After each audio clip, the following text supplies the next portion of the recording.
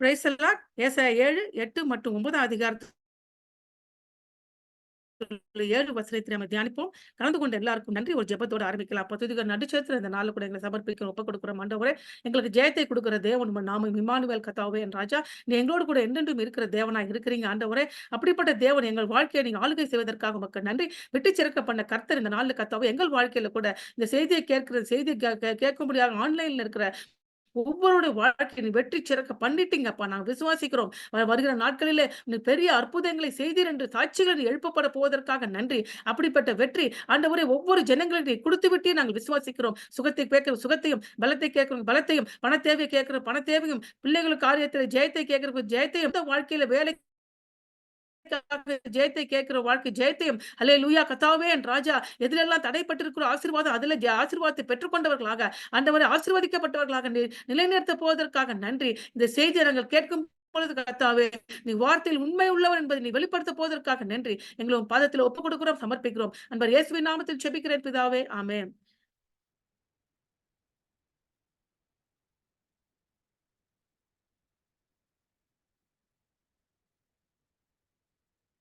Praise the Lord.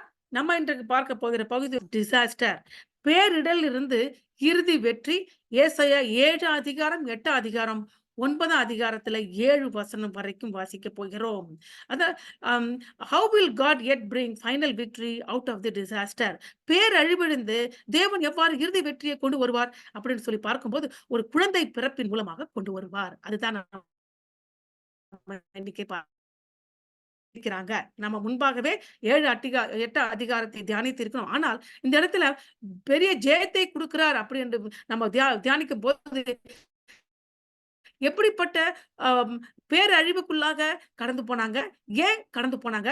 அப்படி என்பதையும் கொஞ்சம் பிரீஃபாக நம்ம பார்த்துட்டு, அதுக்கப்புறம் ஒரு குழந்தை பிறப்பின் மூலமாக ஏசாயா 9ஆம் அதிகாரம் 6ஆம் வசனத்தின்படியாக தேவன் மிகப்பெரிய வெற்றியை திறக்க பண்ணினாரு. அந்த வெற்றியை இன்றைக்கு நீங்களும் நானும் அனுபவித்துக் கொண்டிருக்கிறோம். அல்லேலூயா!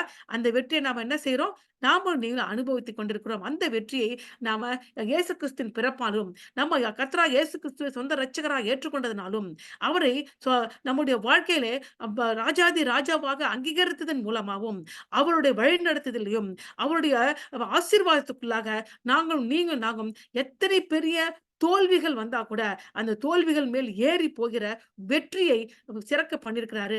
முதலாவது வெற்றி பிசாசின் பிடியிலிருந்து, பாவத்தின் பிடியிலிருந்து உங்களையும் என்னையும் விடுதலை செய்திருக்கிறாரு. அது எந்த தேவனாலும், யாராலும் முடியாத ஒரு மிகப்பெரிய அற்புதம், ஒரு மிகப்பெரிய வெற்றி. அதற்கப்புறம் நம்முடைய வாழ்க்கையில படிப்படியாக நம்மளை தேவ பிள்ளைகளாக முழுமையாக மாற்றி, அத்தோடு கூட நம்முடைய தேவைகளையும் நாள் ஒன்றுக்கு சந்தித்து நம்ம வெற்றி சிறக்க பண்ணிக் கொண்டிருக்கிறார். அது யார் என்று சொல்லி பார்க்கும்போது, அது கர்த்தராகிய இயேசு கிறிஸ்து.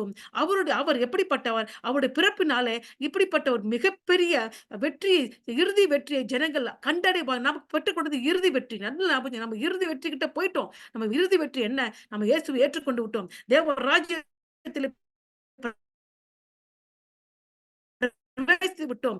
எனி டைம் உலகத்துக்கு கொள்ளப்பட்டு விடுவோம். அவ்வளவுதான். நாம் நித்தியமாக நித்திய ஜீவன் பெற்றவர்களாக தேவனோடு பிரவேசிக்க போகிறோம். நம்ம கண்ணீர் யாவும் துடைக்கப்படும். நம்முடைய வேதனை யாவும் நீக்கப்படும். என்றென்றைக்கும் தேவ பிரசன்னத்தில் இருக்க போகிறோம். அதுதான் ஒரு மனித குலத்தின் ஒரு தனிப்பட்ட மனிதன், இந்த உலகத்திலே பிறந்த ஒரு தனிப்பட்ட மனிதனுடைய இறுதி வெற்றியாக இருக்கிறது. அந்த இறுதி வெற்றியை நோக்கி நீங்கள் நாமும் ஒவ்வொரு நாளும் அடியெடுத்து வைத்துக் கொண்டிருக்கிறோம். அதற்கு காரணம் இந்த உலகத்திலே தன்னுடைய மகிமையை துறந்து ஒரு பிள்ளையாக பிறந்த இயேசு கிறிஸ்து அவருடைய பிறப்பு எப்படிப்பட்ட ஒரு ஆசீர்வாதத்தை கொடுக்கும், அது இறுதியான வெற்றியை கொடுக்கும் அப்படின்றது ஏசாயா 9 அதிகாரம் 6ஆம் வசனத்தில் சொல்லுகிறார்கள். அதை நான் வாசிக்கிறேன். நமக்கு ஒரு பாலகன் பிறந்தான், நமக்கு ஒரு குமாரன் கொடுக்கப்பட்டான், கர்த்தத்துவம் தோளின் மேல் இருக்கும், அவன் நாமம் அதிசயமானவர், ஆலோசனை கர்த்தர், வல்லமையுள்ள தேவன், நித்திய பிதா, சமாதான பிரமாணப்படும். இப்ப நீங்க கேட்கலாம், இயேசு கிறிஸ்து இப்படியா இருக்கிறாரு? இல்லையே, உலகத்தை வேற ஆளோ ஆழ்ந்து கொண்டிருக்கிறார்களே, ஒவ்வொரு தேசத்தையும் ஒரு ராஜாக்கள் ஆள்கிறாங்க. அவங்க அவங்க டெமோக்ரஸி சொன்னா கூட அவங்க செய்கிற அக்கிரம அநியாயங்கள், அவங்க செய்கிற கரப்ஷன்ஸ், அதனால ஜனங்கள் ஒடுக்கப்படுகிறார்களே. நீங்க எப்படி சகோதரி வல்லமையுள்ள தேவன் நம்மள ஆட்சி செய்கிறார் நீங்க கேட்கலாம். ஆமாம். யாரெல்லாம் விசுவாசிக்கிறார்களோ, யாரெல்லாம் தேவனை இயேசுவை சொந்த இரட்சகரா ஏற்றுக்கொண்டு, அப்படியாக பரிசுத்த ஆவியானவரை இருதயத்தில் இன்டெலிங் ஸ்பிரிட்டாக ஏற்றுக்கொண்டீர்களோ, அவர்கள் ஒவ்வொருவரும் தேவனுடைய ராஜ்யத்திலே ஆவிக்குரிய ராஜ்யத்திலே பிரவேசித்தீங்க. உங்களுடைய ராஜா அவர்தான். கர்த்தாதி கர்த்தா அவர்தான். அதிசயமானவர் அவர்தான். உங்களுக்கு ஆலோசனை குடுத்து நடத்துகிற அவர்தான். உங்கள் வல்லமையுள்ள தேவனாக உங்கள வழிநடத்துகிற அவர்தான். நித்திய பிதாவாக இருக்கிறவர் அவர்தான். எவ்வளவு பிரச்சனை இருந்தாலும் உங்களுக்கு சமாதான பிரபுவாக உலகம் தர முடியாத சமாதானத்தை கொடுக்கிறவன் அவர்தான். அவருடைய தோளின் மேல் கர்த்தத்துவம் இருக்கிறது. அவர் நம்முடைய தோளிலே இருக்க மிலாற்றை எடுத்து நமக்கு அவர் என்ன சொல்றாரு? "என்னுடைய நுகத்தை எடுத்துக்கொள்ளுங்கள். அது இலகுவானது" என்று சொல்லி பாரத்தை எடுத்து நம்மை நடத்துகிற தேவனாக இருக்கிற அவர்தான். அவரை வெற்றி சிறக்க பண்ணினார் என்பதை நாம் இதை அறிந்து கொள்கிறோம். எல்லாருக்கும் அந்த அனுபவம் கிடையாது. யாரெல்லாம் சொந்த இரட்சகராக ஏற்றுக்கொண்டார்களோ இயேசுவோ, அவர்களுக்கு மாத்திரமே ஏசாயா 9ஆம் அதிகாரம் 6ஆம் வசனம் அவர்கள் வாழ்க்கையிலே செயல்திறனாக, செயல்பாடாக இருந்து கொண்டிருக்கிறது. இந்த நாள்ல கூட நாம இந்த ஏசாயா தீர்க்கதரிசி புஸ்தகத்துல நம்ம வாசிக்க போகிற பகுதி 7, 8 மற்றும் 9ஆம் அதிகாரத்துல 7 வசனம் அது எந்த காலகட்டத்துல அது எழுதப்பட்டது? ஆகாஸ் ராஜாவின் காலகட்டத்தில் எழுதப்பட்டதாக இங்க இப்ப பாருங்க பாக்குற ஸ்லைட்ல பாக்குறீங்க. 1ஆம் அதிகாரம் மனாசே ராஜாவின் காலத்திலே இறுதியாக ஏசாயா தீர்க்கதரிசி மரிப்பதற்கு முன்பாக மனாசே காலகட்டத்திலே அந்த புஸ்தகத்தை தொகுத்து விடுகிறாரு. அவங்க மனாசே ராஜா ஏசாயா தீர்க்கதரிசியை வாளால் அறுத்து கொலை செய்தார் என்று எபிரேயர் 12ஆம் அதிகாரத்தில் எழுதியிருக்கிறாங்க. அப்புறம் ஏசாயா 2 மற்றும் 5 அதிகாரத்தை தான் தன் ஊழியத்தின் தொடக்கமாக இருந்தது ஏசாயா தீர்க்கதரிசி. உசியா மற்றும் யோதாவின் காலத்திலே நடந்த சம்பவத்தையும் குறித்தும் அந்த ராஜாக்கள் எப்படி ஆட்சி செய்தார்கள் என்பதை குறித்தும் அவர்களுக்கு தேவன் கொடுத்த செய்தியை குறித்தும் 2லிருந்து 5 ஏசாயா அதிகாரத்தில் நாம முன்பே தியானித்திருக்கிறோம். அதுக்கப்புறம் 6ஆம் அதிகாரத்துல தேவன் மறுபடியுமாக புதிய அழைப்பை கொடுக்கிறார் உசியா அதாவது ஏசாயாவுக்கு அது உசியா ராஜா மரித்த காலகட்டத்திலே அது நடக்கிறது. அந்த கடத்திலே தேவனை முகமுகமாக தரிசிக்கிறாரு. அங்க ஒரு புதிய ஊழியத்தை குடுக்குறாரு. முன்பே அவர் தீர்க்கதரிசனம் சொல்லிட்டு இருக்காரு. இந்த புதிய ஊழியத்திலே, அப்பா நீங்க போய் செய்தியை கேட்கிற ஜனங்கள் கண்கள் மூடப்படும். இருதயம் மந்தமாகி போகும். இருதயம் கொழுத்து போகும். அவர்கள் செய்தியை கேட்க மாட்டாங்க. அப்படிப்பட்ட ஊழியத்தை நீ செய்ய வேண்டும் அப்படி அனுப்புறாரு. எது மட்டுமா அப்பா அப்படின்னு கேட்கும் பொழுது, அப்ப மீதியானவர்கள் நிலை நிற்கும் மட்டுமாக இந்த காரியம் நடக்கும் என்று சொல்லி புதிய ஊழியத்திற்குள்ள கடினமான ஊழியத்திற்குள்ளாக ஏசாயா தீர்க்கதரிசியை நடத்துகிறாரு. முதலாவது அதுக்கப்புறம் உசியா யோதாமுக்கு அப்புறம் யோதாமின் மகனாகிய ஆசா ராஜா அ யூதா தேசத்தை ஆட்சி செய்கிறாரு. அந்த ஆட்சி காலகட்டத்திலே நடந்த சம்பவத்தை ஏசாயா 7ஆம் அதிகாரத்திலிருந்து 12ஆம் வசனம் வரை வாசிக்கிறோம். ஆகவே இன்று நாம தியானிக்க போகிற பகுதியில எந்த ராஜா ஆட்சி செய்கிறாரு? ஆசா அந்த அம் அம் அம் ஆகாஸ் என்கிற ராஜா ஆட்சி செய்றாரு. எங்க ஆட்சி செய்றாரு? யூதா தேசத்துல ஆட்சி செய்துகிட்டு இருக்கிறாரு. அவர் எப்படிப்பட்ட ராஜா? ஆகாஸ் ராஜா துன்மார்க்கமான ஒரு ராஜா இருக்கிறாரு. தேவனை நம்பாத ஒரு ராஜாவா இருக்கிறாரு. கோழையான ஒரு ராஜாவாக இருக்கிறாரு. ஆனா உசியா ராஜாவோ மிகவும் பலமிக்க ராஜாவாக இருக்கிறாரு. மிகவும் சக்தி வாய்ந்த ராஜாவா இருக்கிறாரு. ஆனால் பெருமை மிகுந்தவராக மகா பரிசுத்த ஸ்தலத்துக்குள்ளாக துரிதமாக நுழைந்து அதனால் குஷ்டரோகத்தை பெற்றுக் கொள்கிறார். ஜனங்களோ மிகவும் பெருமை உள்ளவர்களாக காசு பணத்தையே நம்பி நம்பி கிட்டத்தட்ட உசியா ராஜா 50 ஆண்டுகள் ஆட்சி செய்த போது ஜனங்கள் 50 வருஷங்களும் பெருமை மிகுந்தவர்களாக தங்களுடைய சொந்த திறனை நம்புவர்களாக தங்கள் ராஜாவை மட்டும் சார்ந்திருக்கிறவர்களாக ராஜா கொடுத்த படைபலத்தினாலே நாம் காக்கப்பட்டிருக்கிறோம் என்று சொல்லி படைபலத்தை நம்பினவர்களாக தன்னுடைய பதவியை நம்பினவர்களாக இருந்தாங்க. அதே டயத்துல ஆட்சி செய்தவர்கள், அநியாயம் செய்தவர்களாக, கரப்ஷன் நிறைந்தவர்களாக, சிறுமைப்பட்டவர்கள் ஒடுக்குறவர்களாகவும் அந்த ராஜாவும் அப்படி இருந்தான். அந்த ஜனங்களும் அப்படிதான் இருந்தாங்க. இப்படியாக 50 வருடம் கடந்து போகிறது. அந்த 50 வருடத்துல இப்போ ஏசாயா தீர்க்கதரிசி அவர் மனம் திரும்பும்படியாக எத்தனையோ முறை அவர் எச்சரிக்கிறாரு. ஜனங்கள் மனம் திரும்ப தயாராக இல்லை. அப்பொழுது அவர் சொல்லுகிறாரு, நீங்கள் நம்பி இருக்கிற இந்த அனைத்தும் உங்களிடம் நீக்கி போகப்படும். அப்பொழுது நீங்கள் மனம் திரும்புங்கள். இதுவே உங்களுக்கு நியமிக்கப்பட்ட நியாய தீர்ப்பு என்று ஏசாயா அதிகாரத்துல 2லிருந்து 5 அதிகாரத்துல சொல்றாரு. அவ மரித்த பிறகு தேவனுடைய தரிசனத்தை பெற்றுக்கொள்கிறாரு. தேவன் தரிசனத்தை கொண்ட பொழுது அவர் நாவை ஆண்டவர் தொட்டு சுத்தப்படுத்தி அதை அவர் சுத்தப்படுத்தி என் அக்கிரமம் நீங்க செய்தது. இனி நான் வாயோடு இருப்பேன். நீ போய் பேசு என்று அனுப்புகிறாரு. அப்ப அனுப்பப்பட்டவன் எங்க போகிறார்? அடுத்தது ஆகாஸ் ராஜா கிட்ட போகிறாரு. அது 7லிருந்து 12 வசனத்தில் காணப்படுகிறோம். ஆகாஸ் ராஜா காலகட்டத்துல மிக ஒரு பிரச்சனைக்குள்ளாக ஆகாஸ் ராஜா மாட்டிக்கொள்கிறாரு. அந்த பிரச்சனையை தான் ஏசாயா 7ஆம் அதிகாரம் 1ஆம் வசனத்தில் பார்க்கிறோம். உசியாவுடைய குமாரனாகிய யோதாமின் குமாரன் ஆகாஸ் யூதா தேசத்து ராஜாவின் நாட்களிலே ரேச்சேல் என்னும் சிரியாவின் ராஜாவும், ரமாலியாவின் குமாரனாகிய பெக்கா என்னும் இஸ்ரவேலின் ராஜாவும் எருசலேமில் யுத்தம் பண்ண வந்தார்கள். அவர்களால் அதை பிடிக்கக்கூடாமல் போயிட்டு, அப்ப இதுதான் ஒரு பிரச்சனையான ஒரு காரியம். என்ன பிரச்சனைன்னா, இவன் ஒரு பலவீனமான ராஜா என்று தெரிந்த பிறகு, அசீரியர்கள் ஒரு பக்கம் எழும்பிக் கொண்டிருக்கிறாங்க. அந்த அசீரியர்கள் கொஞ்சம் கொஞ்சமாக எல்லா தேசத்தையும் கைப்பற்றிக் கொண்டு வருவதனால, சிரியாவின் ராஜாவாகிய சிரியாவின் ராஜாவுடைய பேர் ரேச்சீன். அந்த ராஜாவும், இஸ்ரவேலின் ராஜாவும் ஒன்றாக இணைந்து கொள்கிறார்கள். இணைந்து என்ன சொல்றாங்க, இந்த ஆகாஸ் ராஜாவை நீக்கிவிட்டு வேற ஒரு பொம்மை ராஜாவை வைத்துக் கொள்வோம். அப்ப நம்ம 3 பேருமாக சேர்ந்து இந்த அசீரிய ராஜாவுக்கு எதிராக போய் சண்டையிட்டு அவனை ஜெயிக்கலாம் அப்படின்னு ஒரு தீர்மானத்துக்கு வருகிறார்கள். அதனால இந்த செய்தி ஆகாஸ் ராஜாவுக்கு கேட்க வருகிறது. அவன் மிகவும் பயப்படுகிறான். அந்த பயப்பட்ட சூழ்நிலையில் தான் ஏசாயா தீர்க்கதரிசி ஆண்டவர் அனுப்புகிறாரு ஆகாஸ் ராஜா கிட்ட. எப்படி அனுப்புகிறார்? தன் பெற்ற மகனாகிய சேயூர் யாசூபையும் அழைத்துக் கொண்டு போ என்று சொல்கிறாரு. சேயூர் யாசூப் என்றால் என்ன அர்த்தம் என்றால், மீதியானவர்கள் மனம் திரும்புவார்கள் என்று அர்த்தம். அந்த பிள்ளையை அழைத்துக் கொண்டு போய் அவங்ககிட்ட பேசுறாரு. பேசும் பொழுது, நீ வந்து பயப்படக்கூடாது, தைரியமா இரு, தேவனை நம்பு என்று சொல்கிறாரு. அதற்கு மாறாக அவன் இருதயத்திற்குள்ளாக அந்த ராஜா ஆகாஸ் ராஜா அவனுடைய பிரதானிகள் ஒரு முடிவு எடுத்துட்டாங்க. என்ன முடிவு என்று சொல்லி பார்க்கும் பொழுது, நாம மிகப்பெரிய பயம் பயந்த சூழ்நிலையில மாட்டிக்கிட்டோம். ஏதாவது ஒரு முடிவு எடுக்க வேண்டும். ஒன்று நாம அசீரியாவுக்கு எதிராக சண்டையிட வேண்டும் என்று சொல்லி நம்ம இந்த இஸ்ரவேல் ராஜாவோடும் சிரியா ராஜாவோடும் நம்ம இணைய வேண்டும். இல்லன்னா அவர்களுக்கு இணையாம நாம அடுத்த ஒரு ஆப்ஷன் இருக்கு. அந்த ஆப்ஷன் என்னன்னா, இந்த ராஜாக்கள்லாம் எனக்கு வராங்க, என்ன ஹெல்ப் பண்ணுன்னு அசீரியா ராஜா கிட்ட போய் ஹெல்ப் கேட்கலாம். இந்த இதுல 2 ஆப்ஷன் எடுக்கிறது என்று தீர்மானிக்கிறாங்க. தீர்மானிச்சு இறுதியாக நம்ம பெரிய ராஜா அசீரியா தான். அவங்ககிட்ட உதவி கேட்கலாம். நம்ம கிட்ட இருக்கிற வரிய அதிகமா போட்டு நம்ம கிட்ட காசு பணத்த ஆலயத்தில இருக்க பணிமுட்டுகள், பொன்னு, வெள்ளி எல்லாத்தையும் எடுத்து அவன்கிட்ட காசு குடுத்து, "தயவுசெய்து என்ன காப்பாத்துன்னு" கெஞ்சலாம் அப்படின்னு முடிவு எடுத்துட்டாங்க. முடிவு எடுத்த பிறகு தான் அவங்க இருதயத்துல இந்த முடிவு எடுத்துட்டாங்க. அப்போதான் ஏசாயா தீர்க்கதரிசி ஆண்டவர், "உன் மகனோடு போய் அந்த ஆகாஸ் ராஜாவை போய் பாரு. அவன் தண்ணீர் துறவண்டில நின்னுட்டு இருக்கிறான். அந்த தண்ணீரை எருசலேமுக்குள்ளாக பாய்த்து போகும் வேலையை நடந்து கொண்டிருக்கிறது. ஏனென்றால் எருசலேம் முற்றுகையிட பட்டுச்சுன்னா, ஜனங்களுக்கு தண்ணீர் இருக்காது குடிக்கிறதுக்கு. அதனால தண்ணீரை தயார் பண்ணி கொண்டிருக்கிறான். ஏனென்றால் எருசலேமானது தலைநகரமாக இருந்தது. எப்பொழுது ஒரு நகரம் பிடிக்கப்படுகிறதோ, அப்போது தேசமே பிடிக்கப்பட்டு விடும். அதனால் நீ அந்த தலைநகரத்தை காப்பாற்ற வேண்டும் என்று சொல்லி அங்க உட்கார்ந்திருக்கிறான். அவன்கிட்ட போய் நீ பேசு என்று சொல்கிறார். ஏசாயா தீர்க்கதரிசி அவன்கிட்ட போய் பேசுறாரு. நீ பயப்படாத, தைரியமா இருக்க பாரு என்று சொல்கிறாரு. அதே தான் ஏசாயா அதிகாரத்துல நீங்க பார்க்கும்பொழுது, ஆம் அ ஏசாயா தீர்க்கதரிசி அப்படியாக, அம் ஏசாயா 7ஆம் அதிகாரம் 6ஆம் வசனம் நான் வாசிக்கிறேன். நீ பயப்படாம அமர்ந்திருக்க பார். இந்த 2 புகைக்கிற கொல்லிக்கட்டை ஆகிய சீரியரோடு வந்திருக்க ரேட்சீனும் ரமாலியாவின் மகனும் கொண்ட உக்கிர கோபத்தின் நிமித்தம் இருதயம் துவள வேண்டாம். கர்த்தராகிய ஆண்டவர் இதை ஆலோசனை நிலைநிற்பதில்லை. அதன்படி சம்பவிப்பதில்லை என்று கர்த்தரே உனக்கு ஆலோசனை சொல்கிறார் அப்படின்னு சொல்லியாக. அப்போ ஆனா நீங்க விசுவாசிக்க விட்டால் நிலை பெயர மாட்டீர்கள் அப்படின்னு 9ஆம் அதிகாரத்து 9வது வசனத்துல சொல்றாங்க. விசுவாசிக்க வேண்டும். அப்போ இவர் ஒரு புது ஆப்ஷன குடுக்குறாரு. மு ஆல்ரெடி 2 ஆப்ஷன்ல ஒரு ஆப்ஷன் அவங்க எடுத்தாங்க. இஸ்ரவேல் மற்றும் சிரியா ராஜா கூட சேர்ந்துக்கிறது. இல்ல என்றால் அசிரியா கூட சேர்றது. இப்ப அசிரியா கூட சேர்றதுன்னு முடிவு எடுத்துட்டாங்க. அந்த டயத்துல இவர் வந்து இன்னொரு ஆப்ஷன் சி குடுக்குறாரு. நீ இந்த பக்கமும் போகாத, அந்த பக்கம் போகாத. நீ அப்படியாக தேவனை நம்பி தரித்திரு. உனக்கு இருக்கிற பலத்தோட அப்படியே தனியா உட்கார்ந்து அவர் நம்பி அவரே கூப்பிடு. அவர் உனக்கு நிச்சயமாக விடுதலை கொடுப்பாரு.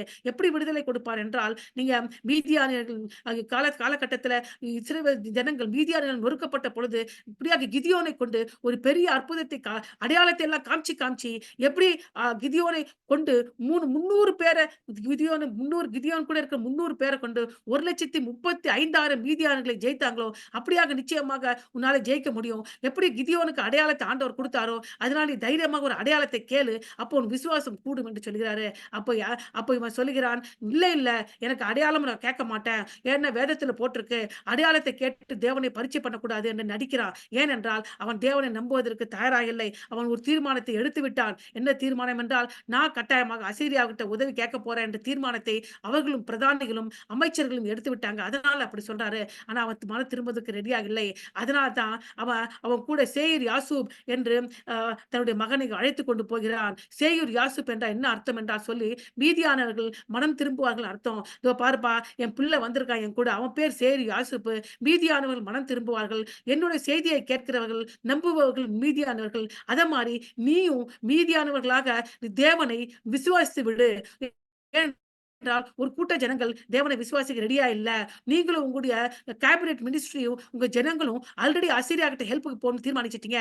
இப்ப உங்களுக்கு கடைசி தருணம் குடுக்குறேன். என் பிள்ளையின் பேர் சேயர் அசூப். மீதியானவர்கள் மனம் திரும்புவார்கள் படியாக நீ மனம் திரும்பிடு.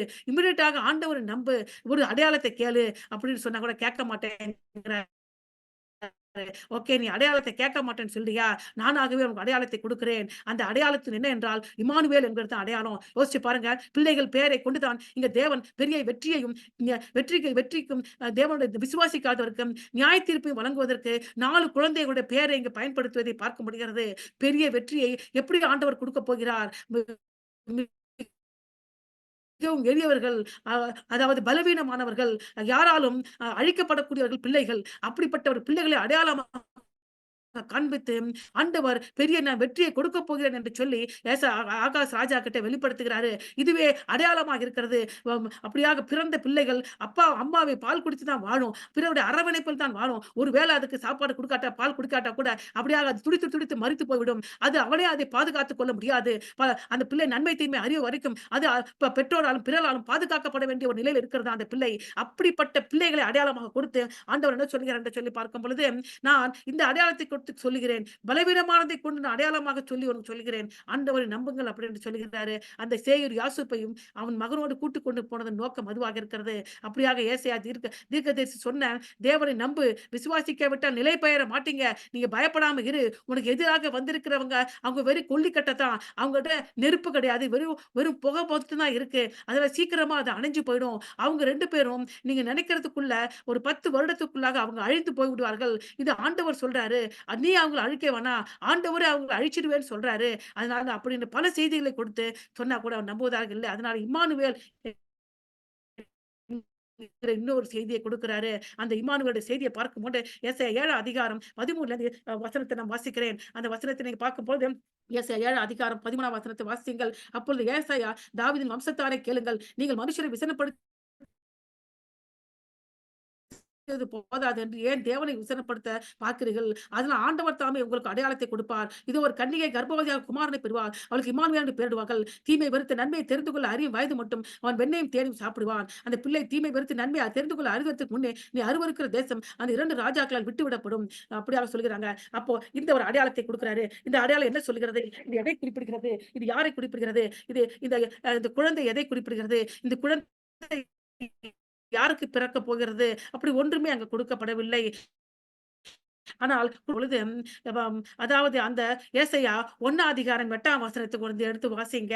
அந்த அந்த வ அந்த வ பிற அந்த அந்த தாயுடைய பெயர் என்ன என்பது தாய் அந்த பிள்ளை பிள்ளை பிறக்க போகுது இல்லையா? அந்த தாய் யார் என்பதை கண்டுபிடிப்பதற்கு ஏசாயா 8வது வசனத்தை நாம் எடுத்துக்கொள்வோம். ஏசாயா 1 அதிகாரம் 8ஆம் வசனம் இப்படியாக சொல்கிறது. எல்லாரும் தயவு செய்து வேதத்தை எடுத்துக்கொண்டு வாசியுங்கள். சீயோன் குமாரத்தி திராட்சை தோட்டத்தில் உள்ள குச்சை போலும், வெள்ளரி தோட்டத்தில் ஒரு குடிசையை போலும், முற்றுகையிடப்பட்ட ஒரு பட்டணத்தை போலும் மீந்தி இருக்கிறாள். அப்போ இங்கே பார்க்கப்படுகிறது சீயோன் குமாரத்தி என்று சொல்கிறார்கள். சின்ன பொண்ணு. அப்போ குமாரத்தியாக இருக்கிற இவள் எப்படிப்பட்ட நிலைமைக்கு நல்ல வளர்ந்தேறி ஒரு பருவநிலை அடைந்தவளாக ஒரு குழந்தை பெற்றுக்கொள்கிற அனுபவம் வரைக்கும் உடல் ரீதியாக வளர்ச்சி பெற்ற ஒரு கன்னி பெண்ணாக அவர் வளர்ந்து ஒரு பெண்ணாக உருவெடுக்கிறாள். அது எப்படி உருவெடுக்கிறார் சொல்லி பார்க்கும் பொழுது இப்படியாக உருவெடுத்து அவர் கர்ப்பம் தரித்து அவர் பிள்ளை பேர் பெறுவதற்கு நிலைமையிலே இருக்கிறார். கர்ப்ப வேதனைக்குள்ளாக கடந்து போகிறார். அந்த கர்ப்ப வேதனை எதற்கு அடையாளமாக கொடுக்கப்படுகிறது என்று சொல்லி பார்க்கும்போது நீ பயந்து கொண்டிருக்கிறாயே, இந்த 2 ராஜாக்கள் இஸ்ரவேலின் ராஜாவும் சிரியாவின் ராஜாவும் உனக்கு எதிராக வந்து அழித்து விடுவார்கள். அவர்கிட்ட இருக்க படைபலம் விட என்கிட்ட இருக்கிறது ரொம்ப கம்மி. அவங்க வந்து நிச்சயமாக நாம் அழிக்கப்பட்டு விடுவோம் என்று பயப்படுகிறாயே, அந்த பயமானது பிரசவ வேதனைக்கு இணையாக கொடுக்கப்படுகிறது. அப்படிப்பட்ட அந்த சூழ்நிலையிலே இந்த சீயோன் என்ற குமாரத்தி ஒரு ஒரு பிள்ளையை பெற்றெடுப்பால் அந்த பிள்ளை எப்படி இருக்கும்? ஒரு தேவனை நம்புகிற பிள்ளையாக இருக்கும். தேவன் நம்போடு இருக்கிறார் அப்படி என்று சொல்லுகிற ஒரு பிள்ளையாக இருக்கும் அப்படின்னு சொல்கிறார்கள். அப்போ இந்த பிள்ளை இந்த இந்த இளம்பெண் சீயோன் என்றால் அவளுடைய பாடுகளில் இருந்து வெளிப்படக்கூடிய உண்மையுள்ள மீதி மீதியானவர்கள் அந்த பாடுகளிலிருந்து வெளிப்பட போகிறார்கள். உண்மையுள்ள மீதியானவர்கள். மீதியானவர்களை மாத்து சேயோர் அசிப்பு என்றால் என்ன அர்த்தம்? மீதியானவர்கள் மனம் திரும்புவார்கள். 10 பேர்ல ஒருத்தர் தான் விசுவாசிப்பாங்க. அந்த மிச்சம் 9 பேரு ஏசாயா ஆகாஸ் ராஜாவையும் அவருடைய மந்திரிமார்களும் சொல்றது காரியத்த ஆமான்னு நம்பி அசீரியா ராஜா கிட்ட ஹெல்ப் கேட்கலான்னு அந்த பக்கம் தான் நிப்பாங்க. ஆனா ஒரே 10ல ஒரே ஒரு ஜனம் மட்டும் ஏசாயா தீர்க்கதரிசி சொல்றத நம்பணும். நாம யார்கிட்டயும் உதவி கேட்கக்கூடாது. ஆண்டவர் நம்பி நிஜமாக விடுதலை கொடுப்பார் என்று ஏசாயா தீர்க்கதரிசி உடைய ஏசாயா தீர்க்கதரிசியும் அவருடைய செய்தியை நம்புகிறவர்கள் தான் மீதியானவர்கள். அப்படியாக இளம் பெண் சீயோன் என்றால் அவருடைய பாடுகளிலிருந்து வெளிப்படக்கூடிய உண்மையுள்ள மீதியானவர்களே அவருடைய குழந்தைகள். அப்போ உண்மையாக அந்த சீயோனுடைய உண்மை பிள்ளைகள் யார் என்றால் அந்த மீதியானவர்கள் ஏசாயாவும் அவருடைய செய்தியை நம்புகிறவர்கள் தான் மீதியானவர்கள். அந்த ப அ அ அந்த அந்த தான். அதனால அவருக்கு இம்மானுவேல் என்று பெயர் கொடுக்கப்படுகிறது என்றால், ஏனென்றால் அந்த மீதியானர் கூடவே தேவன் இருப்பார் என்பதற்காக இம்மானுவேல் என்று பெயரிடச் சொல்றாங்க. நீங்க கேட்கலாம், "ஏன் சகோதரி இப்படி சொல்றீங்க? ஆனா புதிய ஏற்பாட்டிலே நம்ம இம்மானுவேல் என்று கொண்டு போறோமா?" அதுதான் சொல்லிக்கிட்டே வரேன். நான் ஸ்லைட்ல சொல்லிக்கிட்டே வரும்போது நீங்க அந்த ஒரு இன்டர்பிரேஷன் நீங்க புரிஞ்சுக்கங்க. அந்த கான்டெக்ஸ்ட்ல என்ன ஃபர்ஸ்ட் சொல்றாங்க, அதை எப்படி மத்தேயு எடுத்து இயேசு கிறிஸ்து அப்படி எடுத்து பேசுகிறார் என்பதை பார்க்கலாம். இப்ப இருக்கப்பட்ட ஒரு சூழ்நிலையிலே மிகுந்த பிரசவ வேதனை போல ஒரு பெரிய கஷ்டம். பிரசவ வேதனை என்பது ம் வேதனையான ஒரு காரியம். பிள்ளை பிறந்தே ஆக வேண்டும். அதுதான் பிள்ளை பிரசவ வேதனை. பிறக்கும் வரும் வேதனை இருக்கத்தான் செய்யும். அப்படியாக ஒரு பெரிய போராட்டத்துக்குள்ளாக, யுத்தத்துக்குள்ளாக தேசம் கடந்து போகுது. பிரசவ வேதனைக்கு இணையாக கொடுக்கப்படுகிறது. அந்த பிரசவ வேதனை படுகிற ஸ்திரீ சீயோன் குமாரத்தி என்று சொல்லப்படுகிறது. அவள் பிரசவ வேதனைப்பட்டு பாடுகளினாலே வெளிப்படக்கூடிய வெளிப்படக்கூடியது எதற்கு அடையாளமாக இருக்கிறது? தேவனையும் ஏசாயா தீர்க்கதரிசி சொல்லுகிற வசனத்தை நம்புகிற மீதியானவர்களுக்கு ஒப்பா இருக்கிறது. ஆகவே அவருக்கு இம்மானுவேல் என்று பெயர் கொடுக்கப்படுகிறது. அதனால் தேவன் நம்மோடு இருக்கிறார். ஏசாவை சுற்றி கூடி வரும் உண்மையுள்ள மீதியானவரிடம் தேவன் இருக்கிறார். அவிசுவாசியாக ஆகாஷ் மற்றும் கலகக்கார தேசம் முழுவதோடும் தேவன் இல்லை. அப்படி என்கிற செய்தியை அங்க குடுக்கிறாரு. கொஞ்சம் யோசிச்சு பாருங்க. இதுதான் அவன் கொடுக்கப்பட்ட செய்தி. கொடுக்கப்பட்ட செய்தியோட அப்படியாக அந்த பிள்ளை வளரும் பொழுது என்ன என்ன ஆகும் அப்படி சொல்லி பார்க்கும்போது நம்ம வாசிச்சோம். அந்த பிள்ளை வயதடையும் பொழுது அதிகபட்சமாக சில ஆண்டுகளுக்கு பிறகு என்ன ஆகும் பார்க்கும்போது, அசீரியாவினாலே அந்த நிலம் அசீரிய ராஜாவினாலே அந்த தேசம் அழிக்கப்பட்டு விவசாயம் முழுமையாக நிறுத்தப்பட்டுவிடும். அந்த நிறுத்தப்படுறதுனால அந்த பிள்ளை என்ன சாப்பிடுவார் என்று சொல்லப்பட்டிருக்கிறது. ஏசாயா 7 அதிகாரத்த 14வது 15வது வசனத்த வாசிச்சேன் அல்லவா? இங்க பாருங்க என்ன வசனம் போட்டிருக்கு. நம்ம வாசிக்கலாம். ஏசாயா 7ஆம் அதிகாரத்தில சொல்லப்பட்ட வசனத்தை நான் வாசிக்கிறேன். ஆண்டவர் தீமையை ஏசாயா 7 அதிகாரம் 15வது வசனம் 14 வாசிக்கிறேன். ஆண்டவர் உண்டு தாமே உனக்கு ஒரு அடையாளத்தை கொடுப்பார். இதோ ஒரு கன்னிகை கர்ப்பவதியாக குமாரனை பெறுவார். அவளுக்கு இம்மானுவேல் என்று பெயரிடுவாயாக. அந்த கன்னிகை யார்? சீயோன் குமாரத்தி. அந்த சீயோனுக்கு இப்ப பிள்ளை பேர் ஏற்பட்டிருக்கிறது. பிள்ளை பேர்ல பிறக்கப் போகிற பிள்ளை மீதியானவர்கள் தேவனையும் ஏசாயா சொல்கிற செய்தியை நம்புகிறவர்கள் உண்மையானவர்கள். அவர்களோடு தேவன் இருக்க போறாரு. அதனால அந்த பிள்ளைக்கு இம்மானுவேல் என்று பெயரிட வேண்டும். அந்த பிள்ளை தீமையை வெறுக்கும் நன்மையை தெரிந்து கொள்ளும் அறிவதற்கு முன்னே நீ அருவருக்கிற தேசம் 2 ராஜாக்களால் விட்டுவிடப்படும் அப்படின்னு சொல்லி பார்க்கும்போது நீ நீ நம்பி இருக்கிற இந்த தேசத்துல அந்த பிள்ளை கொஞ்சம் சில ஆண்டுகள் நன்மை தீமை அறிகிற வயது வரும் வரைக்கும் நன்மை தீமை அறிகிற வயதுன்னு சொல்லும் பொழுது கிட்டத்தட்ட நீங்க 10 12 13 வருடம் தான் ஆகும். அதுல ஒரு டீன் ஆகும்போது நன்மை தீமை அந்த பிள்ளை அறிந்து விடும். அந்த பிள்ளை அப்படியாக நன்மை தீமை அறிகிற வயது வரும் வரைக்கும் அதாவது 13 வருடங்களுக்குள்ளாகவே இந்த 2 ராஜாக்கள் என்ன உன்னுடைய தேசத்தை அழிக்க வந்த 2 ராஜாக்கள் அழிக்கப்பட்டு போய் விடுவார்கள். அதைத்தான் நீங்க சொல்றாங்க. அதனால என்ன வரும்? அது மாத்திரம் இல்லாமல் அசீரியா ராஜ்யம் ராஜா நீ யார நம்பி போய் உதவி கேட்கிறியோ அந்த அசீரியா உங்களுக்கு எதிராகவும் படையெடுத்து வருதுனால உங்க விவசாய நிலங்கள் அழிக்கப்படும். அதனால விவசாயம் இல்லாததுனால அங்க உன்கிட்ட இருக்கிற மாட்டுல இருந்து வருகிற பாலையும் தேனையும் வெண்ணையும் சாப்பிடுவீங்க.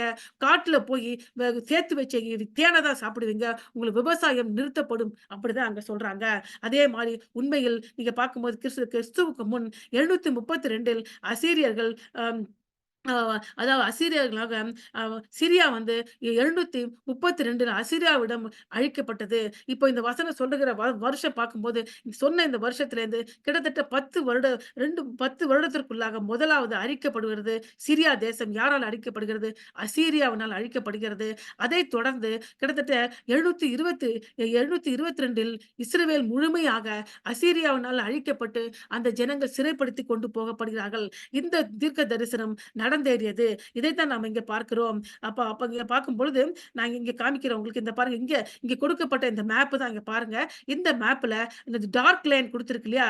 அந்த டார்க் லைன் என்னன்னு சொல்ல விரும்புறேன். ஃபர்ஸ்ட் வந்து 732 பிசின்னு சொன்னேன் இல்லையா? அந்த டயத்துல அசீரியா வந்து அ உதவி கேட்டா இல்லையா? யார்ட்ட போய் உதவி கேட்டது என்று சொல்லி பார்க்கும்போது, அம் யூதா தேசம் அசீரியா கிட்ட போய் உதவி கேட்டாங்க. யாருக்கு எதற்கு உதவி கேட்டாங்க? அதாவது சிரியா தேசமும், இஸ்ரவேல் தேசமும் எனக்கு எதிராக வர்றாங்க. அவங்க கிட்ட இருந்து காப்பாத்து என்று உதவிய கேட்டுட்டாங்க. அவங்ககிட்ட இருந்து காப்பாற்றுவதற்காக இறங்கி வந்த அசீரியா, முதலாவது சிரியா தேசத்தின் அம் ராஜாவாகிய அம் ரேச்சீனை கொன்று விடுகிறாரு. அந்த தேசத்தை கைப்பற்றி விடுகிறாரு. அது அத்தோடு இல்லாமல், அத்தோடு கடந்து எங்க வராரு? இஸ்ரவேல் தேசத்துக்கு வராங்க. இதுதான் இஸ்ரவேல் தேசம். இங்க ஜெருசலேம் அப்படின்னு போட்டு இதான் யூதா தேசம். இங்க போட்டுருக்காங்க யூதா, யூதான்னு போட்டுருக்கு பார்த்தீங்களா? இது முழுமையாக இஸ்ரவேல் தேசம். 10 கோத்திரம். இது யூதா கோத்திரம் இருக்கிற யூதா தேசம். இந்த இங்க சொல்லப்படுகிற அஸ்திரோத் என்று சொல்லப்பட்டிருக்கு பாருங்களேன். இந்த இந்த இடத்துல வந்து அசீரியா இறங்கி வந்து அவங்கள அழிக்கிறாங்க. சில பல காரியங்களை செய்கிறாங்க. அதனால அவர்கள் அதிகமாக அழிக்கப்பட்டு போறாங்க. அது மாத்திரமல்லாமல் அவர்கள் சிற்றரசாக மாற்றப்படுகிறார்கள். சிற்றரசு அப்படி என்ற என்ன அர்த்தம் என்றால், ஒரு வருடமும் அவர்களுக்கு தீர்வு கொடுக்க வேண்டும். அவங்க எந்த முடிவுமே எடுக்க முடியாது. எந்த முடிவு எடுக்கணும், பெரிய ராஜாவாகி அவன கேட்டு தான் எடுக்க வேண்டும். அவங்க அடிமை அடிமை பொம்மை ராஜாவாக அவன மாற்றி விடுகிறார்கள். யார? இஸ்ரவேல் ராஜாவை. எதுல? 732 பிசில அது நடக்கிறது. மற்றுமாக 734 பிசில கூட இன்னொரு 733 பிசில கூட மறுபடியுமாக வந்து உங்களுக்கு யுத்தம் செய்றாங்க. 2 முறை பார்க்கும்போது அசீரியா தேசம் இஸ்ரவேலுக்கு எதிராக வந்து அவர்கள அழிக்கிறது. பல நேரத்துல அவர்கள் தீர்வு குடுக்க மாட்டேன்னு சொல்லி முரட்டாட்டம் பண்ணும்போதெல்லாம் 2 முறை வந்து அவர்களை அழித்து, அங்க இருக்கிற ஜனங்களை கொன்று அம் அம் அதாவது அடிமைப்படுத்திட்டு போயிட்டு மிரட்டிட்டு போறாங்க 2 முறை. அதுதான் அங்க சொன்னாங்க. "நீ பயப்படாத. ஆண்டவர் ஆல்ரெடி தீர்மானிச்சுட்டாரு. அசீரியா தேசத்த கொண்டு இஸ்ரவேல் முன் நீ நம்பினாலும் நம்பாட்டாலும் அடிதான் வாங்க போகுது. பொறுமையா இரு. தேவன் உன்னோடு கூட இருக்கிறாரு. நீ அசீரியா கிட்ட உதவி கேட்காத அப்படிங்கிறாரு. ஆனா இவங்க ரெடியா இல்ல. அசீரியா கிட்ட உதவிக்கு போறாங்க. அசீரியா கிட்ட உதவிக்கு போறதுனால என்ன நடக்க போகுது அப்படி என்பதை ஏசாயா 8 அதிகாரத்துல அவர் சொல்ல வருகிறாரு. ஏசாயா 8 அதிகாரத்துல நீங்க பார்க்கும் பொழுது ஏசாயா 8 அதிகாரத்த நம்ம கடந்து போவோம். ஆம் அ மத்திய அதிகாரத்த நான் சொன்னேன் இல்லையா? இப்படியாக இந்த இடத்துல இம்மானுவேல் அப்படி என்கிற நாமமானது எதை குறிப்பிடுகிறது? தேவன் நம்மோடு இருக்கிறார் என்று சொல்லி இது ஏசாயாவையும் ஏசாயாவை செய்திகிற நம்புகிற மீதியான ஜனங்கள் கிட்ட தேவன் இருக்கிறாரு. அந்த தேவனோட நாமம் இம்மானுவேல். அதே தேவனுடைய நாமம் யாருக்கு கொடுக்கப்படுகிறது? தே இயேசுவுக்கு இயேசு பிறக்கப் போகிற இயேசுவுக்கு கொடுக்கப்படுகிறது. அதுதான் மத்தேயு 1 அதிகாரத்துல 23வது வசனத்துல வாசிக்கிறோம். அப்படியாக நம்ம வாசிக்கலாம். அந்த இடத்துல யா யாக்கோபு மரியாளுக்கு யோசேப்பு என்ற கணவர் நியமிக்கப்படுறாரு. அவர் கூடி வருவதற்கு முன்பாக மரியாள் கர்ப்பவதி ஆறாங்க. அதனால இந்த மகளை நான் தள்ளிவிட வேண்டும் என்று சொல்லி அவன் யோசனையில் இருக்கும்போது இந்த சொப்பனத்திலே காபிரியேல் தூதன் வெளிப்பட்டு யோசேப்புக்கு இப்படியாக சொல்கிறாரு. மத்தேயு 1 அதிகாரத்தை நீங்க எடுத்து வாசிக்கலாம். இங்க பாருங்க நம்ம வாசிக்கிறோம். மத்தேயு 1 மத்தேயு 1 23 எடுத்துக்கொள்ளுங்கள். கொஞ்சம் பகுதியை எடுத்துக்கொள்ளுங்கள்.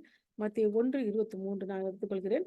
அல்லேலூயா. மத்தேயு 1:23 தான் நினைக்கிறேன். 23 2 23 ஆ ம். இங்க இருக்கு 1.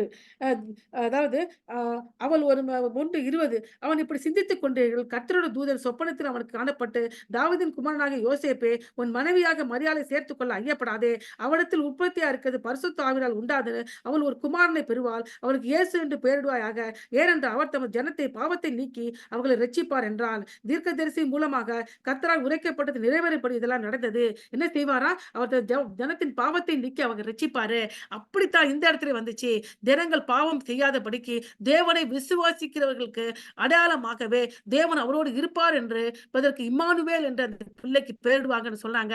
அந்த மீதியானவர்கள் மூலமாகவே அந்த தேசம் நிலைநிற்கப்பட்டு வருகிற காலத்திலே அதே யூதா தேசத்திலே பெத்லகேமிலே இயேசு கிறிஸ்து என்பவர் பிறக்கப் போகிறாரு. அவருடைய நாமம் இம்மானுவேல். அதைத்தான் அங்க மத்தேயுல எடுத்து சொல்றாங்க. அங்கேயும் அதான் சொல்றாங்க. என்ன சொன்னாங்க? அவர் என்ன செய்வாரு? ஜனங்கள் ஜனங்களை பாவத்தை நீக்கி அவர்களை ரட்சிப்பாரு. அப்படி ரட்சிக்கும்படியாகத்தான் அந்த ஏசாயா தீர்க்கதரிசி போய் சொல்றாரு. தேவன் உங்கள ரட்சிப்பாரு. பயப்படாதீங்க. நீங்க அசீரியாவ நம்பாதீங்கன்னு. நம்ப தயாரா இல்லாதனால, அங்க இம்மானுவேல் என்று பெயரை வெளிப்படுத்தின தேவன், அதே நாமத்தைக் கொண்டு இந்த இடத்திலயும் புதிய ஏற்பாட்டு காலத்திலே எல்லா இஸ்ரவேல் ஜனங்கள் நடுவிலே நீங்க இம்மானுவேல் நீங்க உண்மையுள்ள இம்மானுவேலை விசுவாசிக்கும்போது ரட்சிக்கப்படுவீர்கள் என்பதை வெளிப்படுத்துவதற்காக அந்த வசனத்தை இங்கு நிறைவேறுவதாக எடுத்துக்கொள்கிறார்கள். அதனால தான் அங்க இம்மானுவேல் என்று சொல்லப்பட்டிருக்கிறது. சொன்ன பிரகாரமாகவே இது அவங்க என்ன சொன்னாங்க? "நீ பயப்படாத.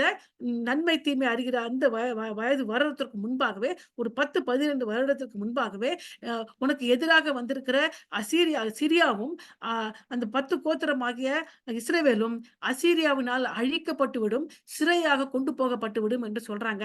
அதன்படியாகவே இந்த மேப்ல சொன்ன பிரகாரமாக அவங்க ம் எதிராக வருகிறார்கள். இங்க பார்க்க முடியுது. அவர்களுக்கு எதிராக மாத்திரமல்ல, யாருக்கு எதிரா கூட வராங்க? யூதா தேசத்துக்கு எதிராகவும் வருகிறார்கள். அதுதான் அங்க முக்கியம். இவன் அதான் ஆண்டவர் அடுத்த பகுதியில சொல்றாரு. "நீ யார நம்பி போற? அசீரியாவ நம்பி போற இல்லையா? அவங்களே ஒரு காலகட்டத்துல உங்களுக்கு எதிராக உங்க தேசத்தை அழிப்பதற்கு வரப்போறாங்க." அந்த மேப் தான் நான் இங்க போட்டிருக்கேன். இந்த சைட்ல இருக்கு பார்த்தீங்களா? அது எங்கேருந்து வருது? 734 பிசில அந்த கடலோரமா கடந்து வந்து சமாரியாவ கடந்து கேசீர கடந்து இங்க இதுவரைக்கும் வந்துடுறாங்க. ஆனா எருசலேம்ல வந்து அத பிடிக்க முடியல. ஆண்டவர் அதை காப்பாற்றி விடுகிறார். யார்ட்டருந்து காப்பாற்றி அசீரியாகிட்டருந்து காப்பாற்றி விடுகிறார். ஆனா கூட அவர்கள் சிற்றரசராக இவங்களையும் மாற்றி விடுகிறார்கள். யார? தீர்வு கொடுக்கிறவர்களாக யூதா தேசத்தையும் மாற்றி விடுகிறார்கள். இதுக்கெல்லாம் காரணம் அவன் அசீரியா கிட்ட போய் உதவி கேட்டதுதான். அந்த அசீரியாவே எழும்பி வந்து மறுபடியும் இஸ்ரவேல் தேசத்தை சிற்றரசா மாத்தி ஒரு காலகட்டத்தில அவங்க அழிக்கவே அழிச்சுட்டாங்க. ஆனா உன் காலகட்டத்தில உனக்கு எதிராக வரத்தான் போறாங்க. ஏனென்றால் நீ ஆண்டவர நம்பாம உன்னுடைய அசீரியாவ நம்பினானா அவர்களே அவருக்கு எதிராக வந்து அழிப்பார்கள் என்பதை கொல்வதற்கு தான் என்ன சொல்றாங்கன்னு சொல்லி பார்க்கும்பொழுது ஏசாயா அ ப ப கடந்து போகலாம். 8ஆம் அதிகாரத்துல 1லிருந்து 10 வசனத்துல நம்ம வாசிக்கிறோம். 1லிருந்து 8ஆம் அதிகாரம் 1 ஒ ஒ 8ஆம் அதிகாரத்துக்கு கொண்டு போறாங்க. 8ஆம் அதிகாரத்துல இன்னொரு பிள்ளை பேர சொல்றாங்க. இங்க 2 பிள்ளையோட பேர நம்ம பார்த்தோம் 7ஆம் அதிகாரத்துல. ஒரு பிள்ளையோட பெயர் சேயார் யாசூப். மீதியானவர்கள் மனம் திரும்புவார்கள். அந்த பிள்ளை ஏசாயாவுக்கு பிறந்த முதல் பிள்ளை. அவன அடையாளமா கொண்டு போய் ஆகாஸ் ராஜா கிட்ட பேசுறாரு. அவன் நம்ப தயாரா இல்ல. அதனால இம்மானுவேல் அப்படி என்ற ஒரு கன்னிகை கர்ப்பவதியாக குமாரனை பெறுவாள். அவளுக்கு இம்மானுவேல் என்று பெயரிடுவாங்க. இந்த 2வது அடையாளத்த சொல்றாரு. அந்த 2வது அடையாளம் எதற்கு அடையாளமா இருக்கிறது? நீ நம்ப மாட்டேங்கிற, நம்புகிறவருக்கு இம்மானுவேலராக தேவன் அவரோடு இருந்து அவர்களை காப்பாற்றுவாரு. அவர்கள் மூலமாக இந்த இஸ்ரவேல் யூதா தேசம் காப்பாற்றப்பட்டு ஒரு காலகட்டத்திலே உண்மையான இரட்சகர் இந்த உலகத்தில பிறப்பாரு. அவருக்கு இம்மானுவேல் என்று பெயரிடப்படும். அவரும் ஒரு கன்னிகையாகிய ஒரு கன்னிகைக்கு பிறப்பாள். அப்படி என்பதையே அடையாளமாக அங்க சொல்லிட்டு கடந்து வெளில வந்துட்டாரு. வெளியில வந்து இதெல்லாம் செய்திய 7 அதிகாரத்தின் செய்திய யார்ட்ட மட்டும் பேசுறாரு. அந்த ஆகாஸ் ராஜா கிட்ட தனியா பேசுறாரு.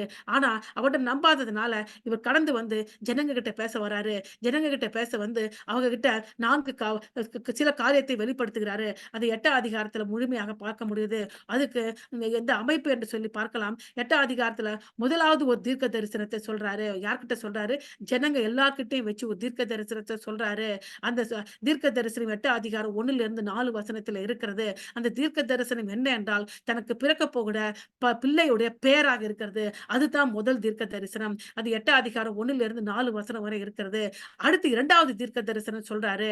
அந்த தீர்க்க தரிசனம் என்ன என்றால், உயர்ந்து பாயும் நதி. அதுதான் 2வது தீர்க்க தரிசனம். அது ஏசாயா 8ஆம் அதிகாரம் 5லிருந்து 10 வசனத்தில் காணப்படுகிறது. இதையெல்லாம் ஜனங்க கிட்ட வந்து பேசுறாரு. முதல் தீர்க்க தரிசனம், எனக்கு ஒரு பிள்ளை பிறக்க போகுது. அந்த பிள்ளைக்கு இந்த பெயரை இடும்படியாக ஆண்டவர் சொல்லியிருக்கிறாரு. அது பேரே உங்களுக்கு தீர்க்க தரிசனம் என்று சொல்றாரு. அடுத்தது தீர்க்க தரிசனம் உயர்ந்து வருகிற நதி என்று சொல்லி 8ஆம் அதிகாரம் 5லிருந்து 10 வசனத்துல சொல்றாரு. 3வது தீர்க்க தரிசனம் சொல்றாரு. இடறலும் கல் என்று 3வது தீர்க்க தரிசனம் சொல்றாரு. 8ஆம் அதிகாரம் 11லிருந்து 15 வசனங்கள். இதை 3யுமே தீர்க்க தரிசனத்தையும் தேவன் கிட்ட இந்த செய்தியை கேட்டு வந்து ஜனங்க கிட்ட ஏசாயா தீர்க்கதரிசி சொல்லுகிறாரு. 3 செய்தியை சொன்ன பிறகு அந்த குடுக்கப்பட்ட செய்தியின் பிரதிபலமாக ஏசாயாவே சில காரியத்தை வெளிப்படுத்துகிறார். அது என்றால் சேகரிக்கும் இருள். நீங்க இந்த நீங்க வந்து அ அந்த உங்க ராஜாவும் நம்பல. அ தேவன நம்பல. அசீரியாவுக்கு ஹெல்ப்‌க்கு போறாரு. ராஜாவும் நம்பாததுனால என்ன நடக்கப் போகுது என்பது என் பிள்ளையோட பேரின் மூலமாக வெளிப்படுத்துவேன். நடக்குகிற காரியம் எவ்வளவு பயங்கரமாக இருக்கும் என்பதை உயரும் நதி அப்படி என்க தீர்க்க தரிசனத்தின் மூலமா வெளிப்படுவேன். அந்த உயரும் நதியாக எழும்புகிற நேரத்தில தேவனை நம்புகிற மீதியானவர்களை தேவன் அடைக்கல கல்லாக அடைக்கல அம் கன்மலையாக இருப்பாரு. நம்பாதவருக்கு இடறும் கல்லாக, நொறுக்கும் கல்லாக அழித்து விடுவார் அப்படின்ற தீர்க்க தரிசனத்தை சொல்லிட்டு, இது இப்படியாக இருப்பதனாக மிகுந்த இருள் சூழ்ந்து கொள்ளும் அப்படி என்று சொல்லி, அந்த தீர்க்க தரிசனத்தின் பிரதிபலிப்பை ஏசாயா 8 அதிகாரத்துல 16லேருந்து 22 வசனத்துல ஏசாயா தீர்க்கதரிசி வெளிப்படுத்துகிறாரு. அதுக்கப்புறம் தான் 9ஆம் அதிகாரத்துல போய் 2வது பிரதிபலிப்ப சொல்றாரு. முதல் பிரதிபலிப்பு என்றால் இருள். அப்போ இருளே தானா? எனக்கு இதுலேருந்து விடுதலையே கிடைக்காதுன்னா, இல்லை. இருள் நடுவிலே ஒளி வீசும், ஒளி உதிக்கும். அதுதான் இரட்சிப்பு என்று சொல்லி, விடியலின் வருகை அப்படி என்று 2வது பிரதிபலிப்பு இயேசுக்கு பத்தி ஏசாயா 9ஆம் அதிகாரத்துக்கு போறார் 1ஆம் வசனத்துல. அப்புறம் ஏசாயா 9ஆம் அதிகாரத்துல 4வது தீர்க்க தரிசனம், உச்சக்கட்ட தீர்க்க தரிசனத்தை சொல்றாரு. ஒரு பெரிய ஒளி பிரகாசிக்கப் போகிறது.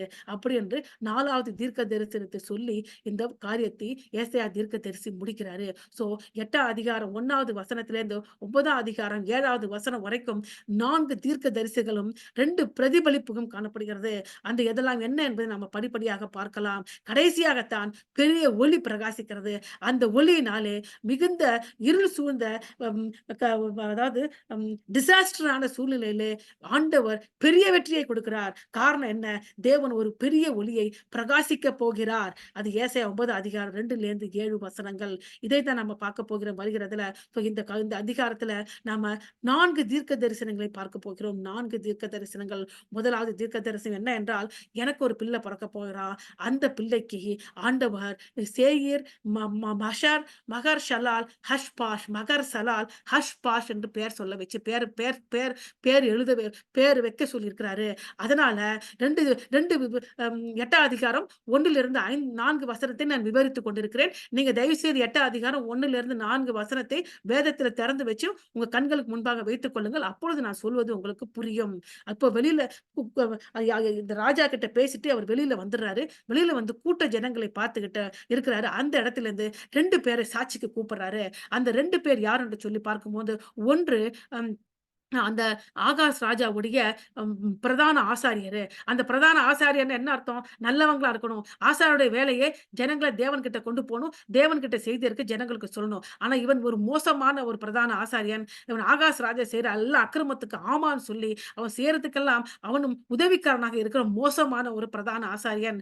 அவன அவர் சாட்சியாக வைத்துக் கொள்கிறார். அடுத்து ஒரு சாட்சியை வைத்துக் கொள்கிறார். அவர் யார் என்று சொல்லி பார்க்கும்போது, ஆகாஸ் ராஜாவுடைய ம் மனைவியுடைய அப்பா. அதாவது ஆகாஷுடைய மாமனார். அவங்கலாம் யார் பக்கம் இருப்பாங்க யோசிச்சு பாருங்க. அவங்க 2 பேரும் கிட்ட வர சொல்லி, "நில்லுப்பா இங்க வந்து.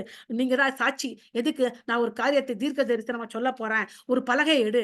அப்படி பலகைய எடுத்து அதுல இந்த பேர எழுதுறாரு. என்ன பேர் என்றால் வாசிக்கலாம். ஏசாயா 8 அதிகாரத்துல 1லிருந்து பின்னும் கர்த்தர் என்னை நோக்கி, "நீ ஒரு பெரிய பாத்திரம்னா என்ன சொன்னேன் உங்களுக்கு? பலகை எடுத்து மனுஷர் எழுதுகிற பிரகாரமாக அதிலே மகார், சலால், ஹஷ்பாஷ் என்று எழுது" என்றார். அப்பொழுது நான் உண்மையுள்ள சாட்சிக்காரராகிய ஆசாரியனான உரியாவையும் பேர் யெரொபெயாமின் குமாரனாகிய சகரியாவையும் அதற்கு சாட்சியாக வைத்துக் கொண்டேன். அப்போ உரியா என்பவன் ஆசாரியன், அதாவது சகரியா என்பவன் ஆகாஸ் ராஜாவுடைய மாமனாரு.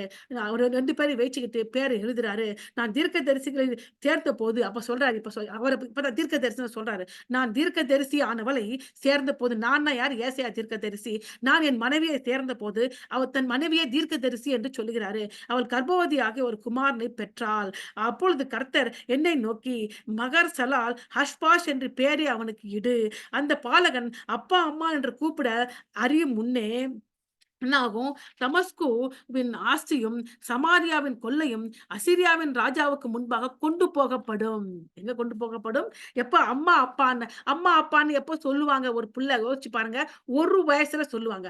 இப்ப இந்த சம்பவம் எல்லாம் கிட்டத்தட்ட அ 10 10 மாதத்திலிருந்து 1 வருடத்திற்குள்ளாக இது எல்லாம் நடக்கப் போகுது.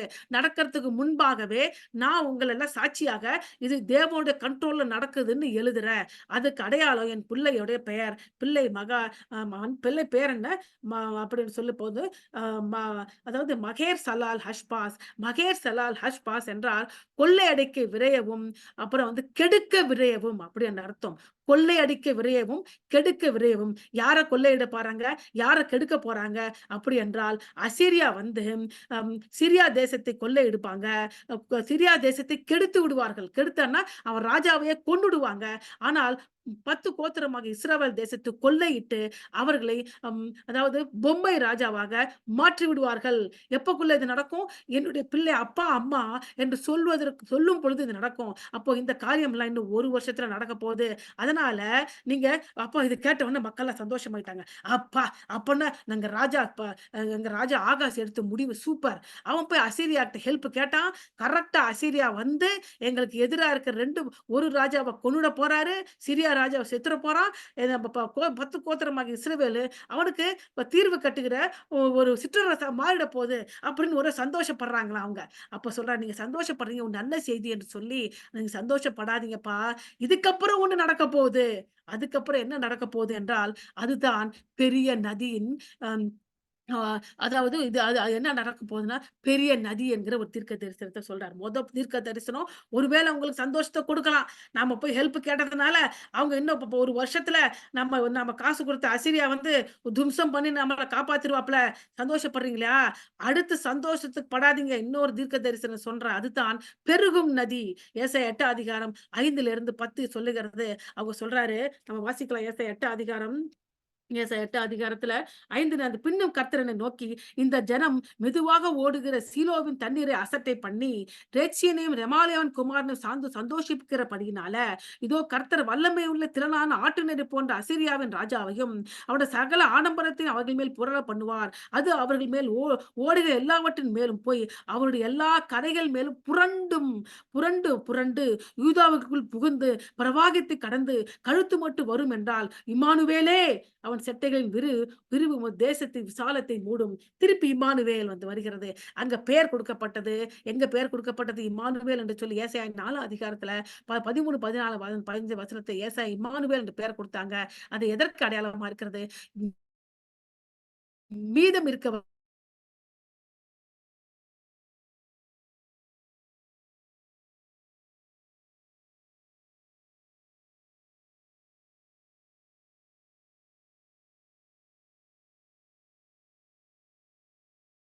ஒரு குமாரனை பெறுவாள் என்கிற முழுமையான நிறைவேறுதல் வருங்காலத்திலே நடக்கும் என்பதற்கு இம்மானுவேல் அங்க இருந்தாரு. இந்த இடத்துல சொல்றாரு, மிகுந்த கஷ்டம் வரப்போகுது. யாரால வரப்போகுது? அந்த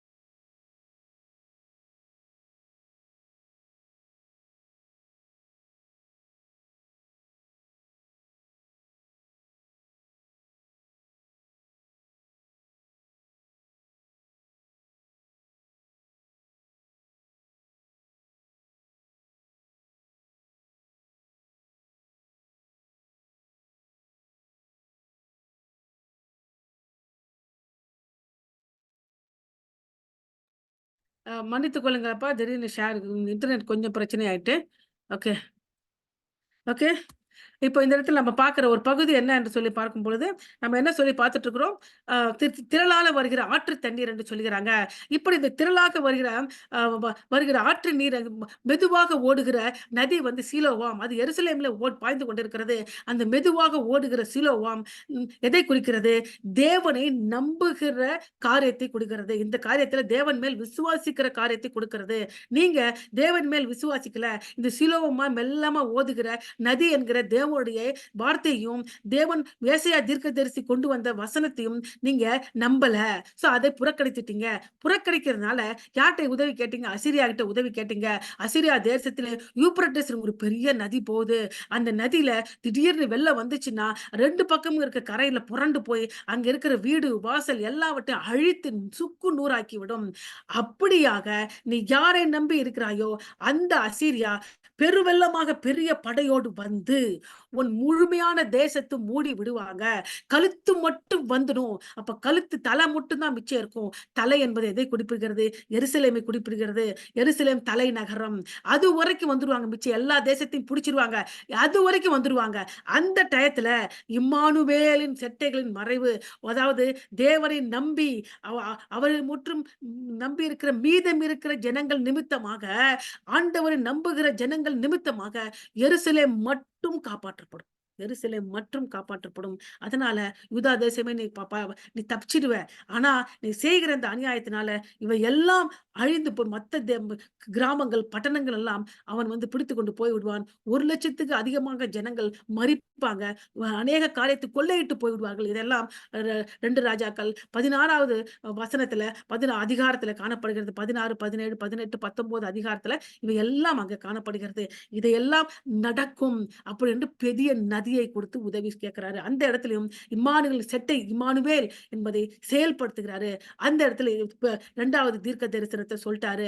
அடுத்த தீர்க்க தரிசனம் என்னன்னு சொல்லி பார்க்கும்போது, அதாவது அடுத்த தீர்க்க தரிசனம் என்ன சொல்லி பார்க்கும்போது ஸ்டம்பிளிங் ஸ்டோன் அப்படின்னு சொல்லுகிற அதாவது நம்ம அந்த வசனத்தை எடுக்கலாம். ஸ்டம்பிளிங் ஸ்டோன் அப்படி என்று சொல்லுகிற வசனத்தை அது எங்க இருக்கிறது என்று சொல்லி பார்க்கும்போது, ஏசாயா 8 அதிகாரம் 11லேருந்து 13 வசனங்கள்ல காணப்படுகிறது. தமிழ்ல நான் எழுத வழியில மறந்துட்டேன் போல பார்க்கிறேன்.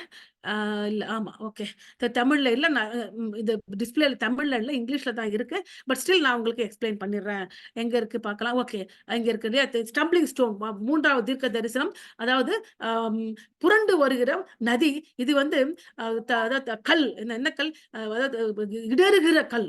அடுத்த தீர்க்க தரிசனம் இடறுகிற கல். அது ஏசாயா 8 அதிகாரம் 11லிருந்து 13 வசனம் வரைக்கும் எடுத்துக்கொள்ளுங்க. ஏசாயா 8 அதிகாரம் 11லிருந்து 13 வசனங்கள் நானும் வாசிக்கிறேன். நீங்களும் தயவு செய்து வாசிங்க. கர்த்தரும் கரம் என் மேல் அமர்ந்து அவர் என்னோட பேசி, நான் உன் ஜனத்தின் வழியிலே நான் இந்த ஜனத்தின் வழியிலே நடவாதபடி உன்னைக்கு புத்தி சொல்லி விளம்பினதாவது. ஃபர்ஸ்டே சொல்லிடுறாரு. இந்த நான் சொன்னேன் மீதியானவர்கள் 10ல 9 பேர் பேச்சு நீ கேட்காத. 10ல ஒருத்தன் இருக்கான் இல்லையா? அதுதான் நீயும் உன் செய்தியை கேட்கிறவர்களும். அதனால பெரும் கூட்டம் அ அ அந்த ராஜாவையும் அவங்க நம்புகிற அசீரியாவும் நம்பி போற மாரி நீ போயிடாத அப்படின்னு சொல்றாரு. கர்த்தரோட கரம் என் மேல் அமர்ந்து அப்பன்னா என் கண்ட்ரோல்ல நீ இரு. அவர் என்னோடு பேசி நான் இந்த ஜனத்தின் வழியில நடவாலும் எனக்கு புத்தி சொல்லி விரும்பினதாவது புத்தி சொல்றாரு. நம்பிடாத. எனி டைம் நீ கூட பயந்துருவ. இல்ல உன்கிட்ட ஜனங்க கூட ஐயோ ஏசாயா நம்பர் தப்பு. இது தீர்க்க தரிசனம் சொல்லிட்டாங்க. மகர் ஷலால் ஹஷ்பாஷு அவங்க செத்துருவாங்க. கரெக்ட் தான் ஆகாஷ் ராஜா சொல்றதுன்னு அவங்க கிட்ட ஓட பார்ப்பாங்க. ஆனா போகாதீங்க. என்ன சொல்றாரு? இந்த ஜனங்கள் கட்டுப்பாடு என்று சொல்லுகிறதையெல்லாம் நீ கட்டுப்பாடு என்று சொல்லாமலும், அவர்கள் பயப்படுகிற பயத்தின்படி பயப்படாமல் கலங்காமல் பயப்படுறாங்க இப்போ. அசீரியா வந்துருவான். இவங்கிட்ட போனா அவன் அடிப்பான். அவங்கிட்ட போனா இவன் அடிப்பான். எங்க போகன்னு தெரியாம நடுங்குறாங்க இல்லையா? அத பத்தி நீ பயப்படாத. ஐயோ! கட்டுப்பாடு பண்ணணும். அவங்க வந்துட்டாங்க. எப்படியாவது நம்மள காப்பாத்திக்கணும்னு சொல்றாங்க இல்லையா? சொந்த முயற்சியில. அதையும் நீ கட்டுப்பாடுன்னு சொல்லாத. சேனையின் கர்த்தரையே பரிசுத்தம் பண்ணுங்கள். சேனையின் கர்த்தர் பரிசுத்தம் பண்ணுவது அப்படி என்றால், சேனையின் கர்த்தரை அதாவது உங்களோட வாழ்க்கையிலே அனுபவத்திற்குள்ளாக கொண்டு வருவது. அப்படியா தேவனை அனுபவத்துக்குள்ளாக கொண்டு வந்து பரிசுத்தமாக வாழ்கிற அவர் அனுபவம். பரிசுத்தம் பண்ணுங்கள். அவரே உங்கள் பயமும், அவரே உங்கள் அச்சமுமா இருப்பாராக. அவங்க அசீரியாவுக்கு பயப்படுறாங்க. அவங்க ரேட்சியனுக்கு பயப்படுறாங்க. அவங்க 10 கோத்திரமாக இஸ்ரவேலுக்கு ராஜாவுக்கு பயப்படுறாங்க. மனுஷருக்கு பயப்படாதீங்க. நீங்க கர்த்தரை பரிசுத்தம் பண்ணி தேவனுக்கு பயப்படுங்கள். அப்போ கர்த்தரை பரிசுத்தம் பண்ணுவது என்பது தேவனுக்கு பயப்படுதல் என்று அர்த்தம்.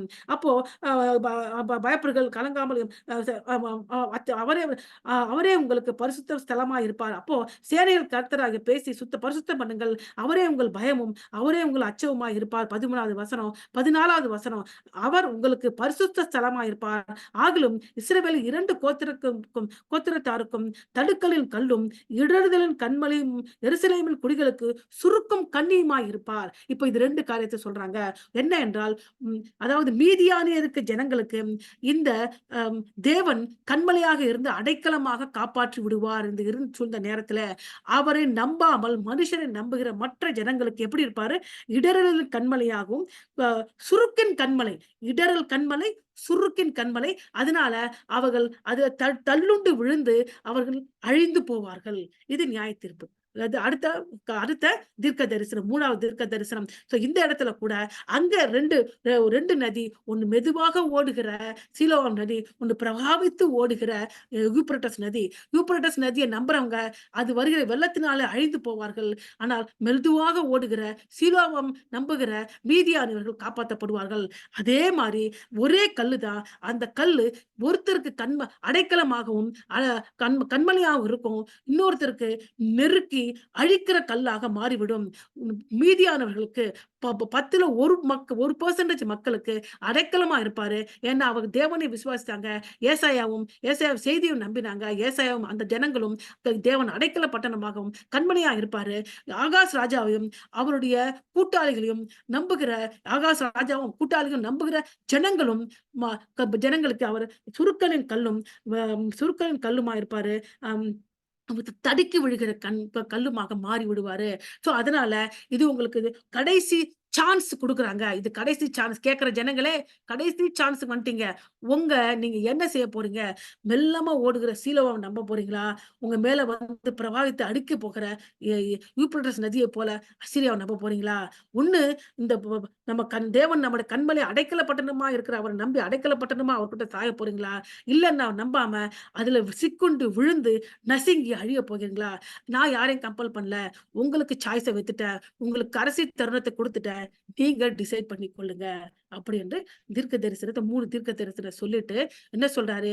நீங்க தவறான முடிவு எடுத்தாங்கன்னா உங்கள் தேசத்தை இருள் சூழ்ந்து கொள்ளும் அப்படி என்று ஏசாயா 8 அதிகாரம் 16ல 22 வசனத்துல அவர் சொல்றாரு. தேவனிடமிருந்து அவர் கொண்டு வந்த தெளிவான செய்தியை நிராகரித்தவர்கள் தங்கள் இழப்பில் அமனுஷத்திற்கு திரும்புவார்கள். இழப்பின் அமனுஷம் என்றால் இருட்டுக்கு திரும்பி விடுவார்கள். அவ்வாறு செய்வதன் மூலம் தங்கள் இன்னும் ஆழமான இருளிலும் அழிவிலும் மூழ்கடிக்கப்படுவார்கள், போயிடுவாங்க. நான் ஏசாயா 8 அதிகாரம் 19வது வசனத்தை மட்டும் வாசிக்கிறேன். இதோ நானும் கர்த்தருக்கு கொடுத்த பிள்ளைகளும் சியோன் பர்வதத்தில் வாசமாயிருக்கிற சேரில் கர்த்தராலே இஸ்ரவேல் அடையாளங்களாகவும் அற்புதங்களாக இருக்கிறோம். ஏனென்றால் என்னுடைய பையனோட பெயர் சேயூர் யாசூப். மீதியாக இருக்கிறவர்கள் விசுவாசிப்பார்கள். மீதியாக இருப்பவர்கள் திரும்பி வந்து விசுவாசிப்பார்கள். ஒரு பையனுடைய பெயர். 2வது பையனுடைய பெயர் மகார் ஷலால் ஹஷ்பாத். கொள்ளையிட விரையுங்கள், கெடுக்க விரையுங்கள். அது 2வது. என்னுடைய பெயர் ஏசாயா. ஏசாயா என்றால் தேவன் ரட்சிக்கிறார். அதனால நீங்க மீதியானவர்களாக இருந்து தேவனை நீங்க விசுவாசினா என்னுடைய பேரின் அடிப்படையின்படியாக தேவன் உங்களை ரட்சிப்பார். இல்லை என்றால் நீங்கள் இருள் சூழ்ந்த நேரத்துல இருளிலே தள்ளப்பட்டு நியாய தீர்ப்பை அடைவீர்கள் அப்படி என்று சொல்லி முடிக்கிறாரு. இப்படி பிரச்சனை இருக்கே, இதுதானா? இத்தோடு யூதா தேசம் அழிந்து விட்டதா? தேவன் எத்தனை வாக்குத்தத்தத்தை கொடுத்திருக்காரு. தேவன் தாவீதின் சிங்காசனத்தை எப்பப்போ நிலைக்க பண்ணுவேன்னு சொன்னாரு. அப்போ இஸ்ரவேல் தேசம் போல 10 கோத்திரத்தார் தான் அவங்க கன்றுக்குட்டியை வணங்கி அழிவில் புள்ள போறாங்க.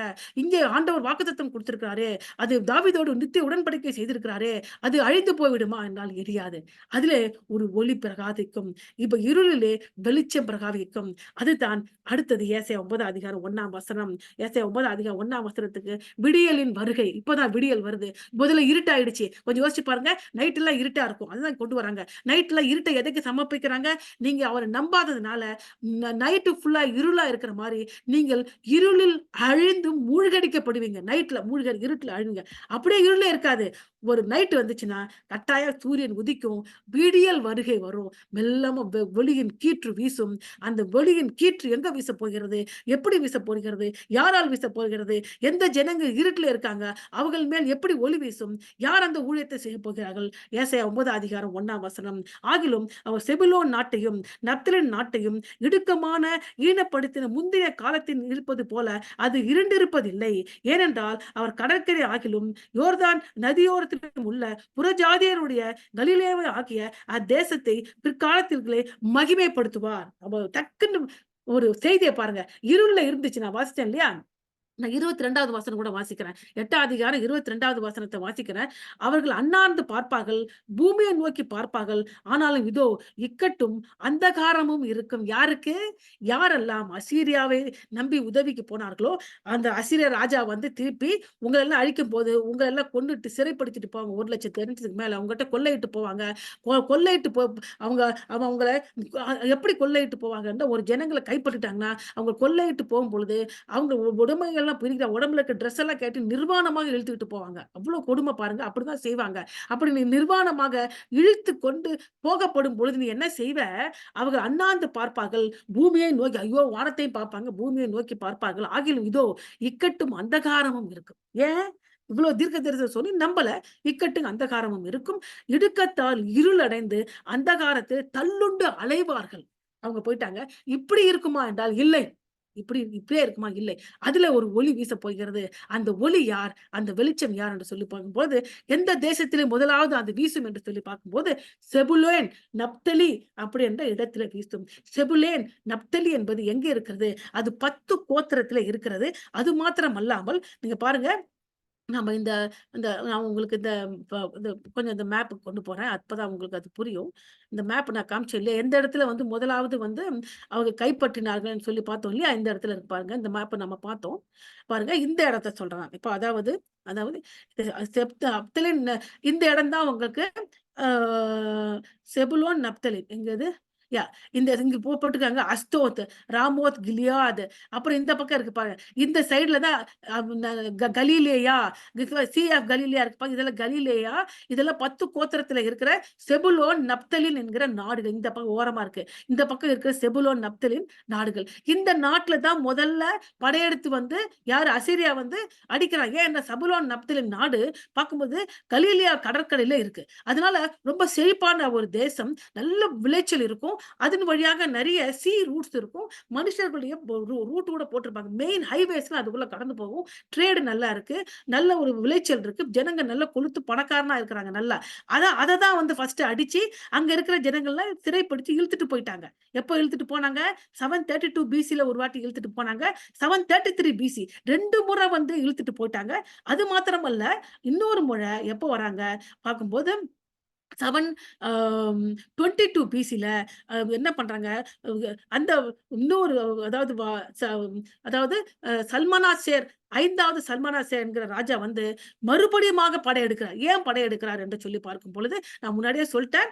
அம் அந்த அசீரிய ராஜாவிட்ட உதவி கேட்டதுனால, அவர்கள் படையெடுத்து வந்து இஸ்ரவேல் தேசத்த என்ன பண்ணாங்க? சிற்றரசாக மாத்திட்டாங்க. சிற்றரசு என்ன அர்த்தம்? வருஷம் வருஷம் இவ்ளோ பெரிய காசு தீர்வு குடுக்க வேண்டும். குடுக்கலன்னா அவ்வளவுதான். அப்போ இந்த ராஜாக்களுக்கு அப்புறம் ஹொசியா என்கிற ஒரு ராஜா இஸ்ரவேல் தேசத்த ஆட்சி செய்ய வராரு. அவன் சொல்றான், "நான் காசெல்லாம் குடுக்க மாட்டேன் உன்கிட்ட" அப்படின்னு சொல்லி அவன்கிட்ட சண்டை போடுறதுக்கு எகிப்து கிட்ட போய் உதவி கேட்டுறான். உதவி கேட்ட உடனே இந்த செய்தி அசீரிய ராஜாவுக்கு போயிடுது. எனக்கு தீர்வு குடுக்காம என்ன அழிக்கிறதுக்கு எகிப்து கிட்டயா உதவி கேட்டேன். எகிப்தையே முக்காவாசி அழிச்சிட்டேன்னா, அவன் உதவி வரமாட்டான்னு சொல்லி பெரிய படையோடு வந்து சமாரியாவை முற்றுகையிட்டு எல்லா தேசத்தையும் கைப்பற்றி அநேக லட்சக்கணக்கான ஜனங்களை கொன்று அநேக லட்சக்கணக்கானவர்களை சிறைப்படுத்தி அந்த தேசத்தை முழுமையாக அழித்து 10 கோத்திரம் அழிந்து போய்விட்டது. மிச்ச மீதி ஏழைப்பாழ ஜனங்கள் எல்லாம் விட்டுட்டு பணக்காரங்க, பெரியவங்க, ராஜாவோட சந்ததி எல்லாவற்றையும் அழித்து அவங்க எல்லாம் சிறைப்படுத்தி அசீரியாவுக்கு கொண்டு போய்விட்டான். அது எப்ப நடக்கிறது? 722 பிசி. இது அசீரியா கோத்திரம் அத்தோட நின்னு போச்சு. அதுக்கப்புறம் வெறும் யூதா கோத்திரம் மட்டும் தான் இருக்கும். நீ 2 ராஜாக்கள் வாசிச்சு பாருங்க. இந்த காரியமும் நடந்து இது எல்லாமே எங்க தீர்க்க தரிசனமா வருது? 8ஆம் அதிகாரத்துல சொன்னாரு இல்லையா? அதுதான் அதற்கு எல்லா அந்த எல்லாம் நடக்கிறது எல்லாத்துக்குமே ஒரு பேஸ் அதுதான் நடந்தேறியது. அதன்படியாகவே நடந்தேறி முடிச்சிருச்சு. இப்ப இப்படியெல்லாம் நடந்தேற போகிறதே! அப்படின்னா வெளிச்சமே இல்லையா? எல்லாருமே அவ்வளவுதானா? தேவன் எங்கள கைவிட்டுட்டாரா? இல்லப்பா. எந்த தேசத்திலே முதலாவது அசீரியா வந்து கைப்பற்றி அவர்களை இருட்டுல கொண்டு போய் தள்ளிச்சோ, அந்த இருட்டுல இருக்கிற தேசத்துக்கு தான் முதலாவது இயேசு கிறிஸ்து போய் ஊழியம் செய்வார். அந்த இடத்துல தான் ஊழியம் செய்தார். யூதேயா தேசத்துல ஃபர்ஸ்ட் அவர் சுவிசேஷத்தை அறிவிக்கவில்லை. முதலாவது சுவிசேஷத்தை அறிவிச்சது எங்க போனார்? யோசிச்சு பாருங்க. நான் வாசிக்கிறேன். ஏசாயா மத்தேயு அதிகாரத்துல வாசிக்கலாம். அங்க கடந்து போகிற விடியலின் வருகை வாசிச்சு மத்தேயு அதிகாரத்த 4 அதிகாரம் 13, 16. நாசரேத் விட்டு இயேசு கிறிஸ்து நாசரேத்தை விட்டு செபுலோன், நப்தலி என்னும் நாடுகளின் எல்லைகளில் இருக்கும் கடற்கரைக்கு அருகான கப்பர்நாகுமிலே வந்து வாசம் செய்தாரு. எங்க இருக்கு? கடற்கரைக்கு அப்பால எங்க இருக்கு? சீ ஆஃப் கலிலே சொன்னேன் இல்லையா? அங்க கிட்ட என்ன இருக்கு? செபுலோன், நப்தலியின் தேசம். அதுல க க கலிலேயாவு கடற்கரையில வந்து வாசம் பண்ணி, கடற்கரை அருகிலும் யோர்தானுக்கு அப்புறத்திலும் உள்ள செபுலோன் நாடும் நப்தலின் நாடும் ஆகிய புறஜாதியோட கலிலேயாவிலே இருளில் இருக்கும் ஜனங்கள் பெரிய வெளிச்சத்தை கண்டார்கள். மரண இருளில் திசையில் இருக்கிறவருக்கு வெளிச்சம் உதித்தது என்று ஏசாயா தீர்க்கதரிசனம் உரைக்கப்பட்டு நிறைவேறும்படி கர்த்தராகிய இயேசு கிறிஸ்து முதலாவது அங்கு போய் ஊழியத்தை தொடங்கினாரு. அந்த கலிலேயாவில் பட்டணத்தை சேர்ந்தவர்கள் தான் 11 12 12 அப்போஸ்தலர்கிட்ட 11 பேர் எதை சேர்ந்து எந்த எந்த தேசத்தை எந்த பகுதியை சேர்ந்தவர்கள்? செபுலோன், நப்தலின், அப்புறம் பெர்ஷபா அப்படி என்கிற பகுதியை சேர்ந்தவர்கள். கலீலியா கடலோர பகுதியை சேர்ந்தவர்கள் 11 அப்போஸ்தலர்கள். ஒரே ஒருத்தன் யூதா இஸ்கரியோத்து மட்டும் தான் யூதா தேசத்தை சேர்த்தவன். அவன் தான் காட்டியும் கொடுத்தான். நல்லா புரிஞ்சுங்க. இயேசு கிறிஸ்து 3 வருஷம் ஊழியம் செய்தாரு. 2 வருடங்கள் கலீலியாவிலே புறஜாதிகள் கலீலியா என்று சொல்லுகிற செபுலோன், நப்தலி தேசத்தை சுற்றித்தான் ஊழியம் செய்தாரு. அதுக்கப்புறம் மரிக்கிறதுக்கு முன்பாகத்தான் எருசலேம் கடந்து வந்து அங்க மரிக்கிறாரு. சோ இந்த தரிர்க்க தரிசன வசனம் 9ஆம் அதிகாரம் 1வது வசனம் நிறைவேறிற்று என்று மத்தேயு சுவிசேஷத்தில் எழுதும்போது மத்தேயு எழுதுறாரு. யார் ஊழியத்துல? கர்த்தராகிய இயேசு கிறிஸ்துவுடைய ஊழியத்துல. நிறைவேறிச்சா? அந்த நிறைவேறுதல் தான் இன்றைக்கு நாங்களும் பார்த்து கொண்டிருக்கிறோம். அந்த இடத்துல தான் கர்த்தராகிய இயேசு கிறிஸ்து தன் ஊழியத்தை செய்தாரு. அவர் அதுக்கப்புறம் ஒரு பெரிய ஒளி பிரகாசித்தது. அந்த ஊழியத்தின் நிமித்தமாகவே இருளில் இருக்கிற ஜனங்கள், இருளில் இருக்கிற பிசாசினால் அடைப்பட்டு இருளில் இருக்கிற ஜனங்களுக்கு பெரிய வெற்றி, பெரிய வெற்றி என்ன உங்களை சொன்னேன். ரட்சிப்பு தான் ஒரு தனிப்பட்ட மனுஷனுக்கு பெரிய வெற்றி. வேற எதுவுமே கிடையாது. மிச்சதெல்லாம் அடுத்த வெற்றி தான். அந்த வெற்றியை அந்த இருட்டில இருக்க ஜனங்களுக்கு முதலாவது அங்கதான் அதிக அற்புதங்களை செய்தாரு. அங்கதான் அதிக நாள் ஊழியத்தை செய்தாரு. அந்த பகுதியில இருந்து தான் 12 சீஷர்கள 11 சீஷர்கள அந்த பகுதியில இருந்து தான் தேர்ந்தெடுத்தாரு. எல்லாமே அந்த பகுதிக்குத்தான் அவர் முக்கியத்துவம் கொடுத்தாரு. அவர் பரத்தில ஏறுவதற்கு முன்பாக கர்த்தராகிய இயேசு கிறிஸ்து சிலுவையில மரித்து உயிர்த்தெழுந்து 40 நாள் ஜனங்களுக்கு காணப்பட்டு 50வது நாளு பரமேறுவதற்கு கூட கலிலேயாவில் இருக்க மலையில போய் தான் பரமேறினார். பாருங்க அந்த கலீலியாவுக்கு அவ்வளவு முக்கியத்துவம் அவர் கொடுத்தார். ஊழியத்துக்குடைய பேஸ் சென்டர் வந்து கலிலேயா. அங்கேருந்து 11 சீஷர்கள் 12 சீஷர்கள்ல 11 சீஷர்கள் கலிலேயா பகுதியில இருந்து தான் தேர்ந்தெடுக்கிறாரு. அவர் அநேக அற்புதங்களை செய்ததும் அந்த கலிலேயா பகுதியில இருந்து தான். அநேகர் ரட்சிக்கப்பட்டதும் அந்த கலிலேயா பகுதியில தான். அநேக ஜனங்கள் கூட்டமாக ஜனங்கள் ரட்சித்த இயேசுவை ஏற்றுக்கொண்ட ஜனங்கள் இயேசுவோடே வருவாங்க. மட்டுமல்லாத அநேக ஸ்திரீகள் இருக்கிறாங்க. இன்னைக்கு நம்ம டெய்லி டிவோஷன்ல கொடுத்திருக்கிறேன். அநேக ஸ்திரீகள் கலிலேயா பட்டணத்தை சேர்ந்தவர்கள் தான். அந்த ஸ்திரீகள் இயேசுவோடே வருவாங்க. அவங்களுக்கு சாப்பாடு சமைச்சு கொடுப்பாங்க, துணிமணி துவைப்பாங்க. அவங்க பணக்காரா இருக்கிற ஸ்திரீகள் அவங்க பணத்தால இயேசுவுக்கு ஊழியம் செய்வாங்க. இவர்கள் எல்லாம் எதை தேசத்தை சேர்ந்தவர்கள்? கலீலியாவை தேசத்தை சேர்ந்தவர்கள் தான் இவர்கள் எல்லாம். அவருடைய உண்மையான சீஷர்கள் எல்லாரும் கலீலியா பகுதியை சார்ந்தவர்கள் தான். ஆனால் இயேசு கிறிஸ்து சிலுவையிலே அறையும் என்று எருசலேம்ல கத்தினவர்கள் எல்லாம் யூதா தேசத்தை சேர்ந்தவர்கள். புரியுதுங்களா? அவங்க கலிலியா தேசத்தை சேர்ந்தவர்கள் அல்ல.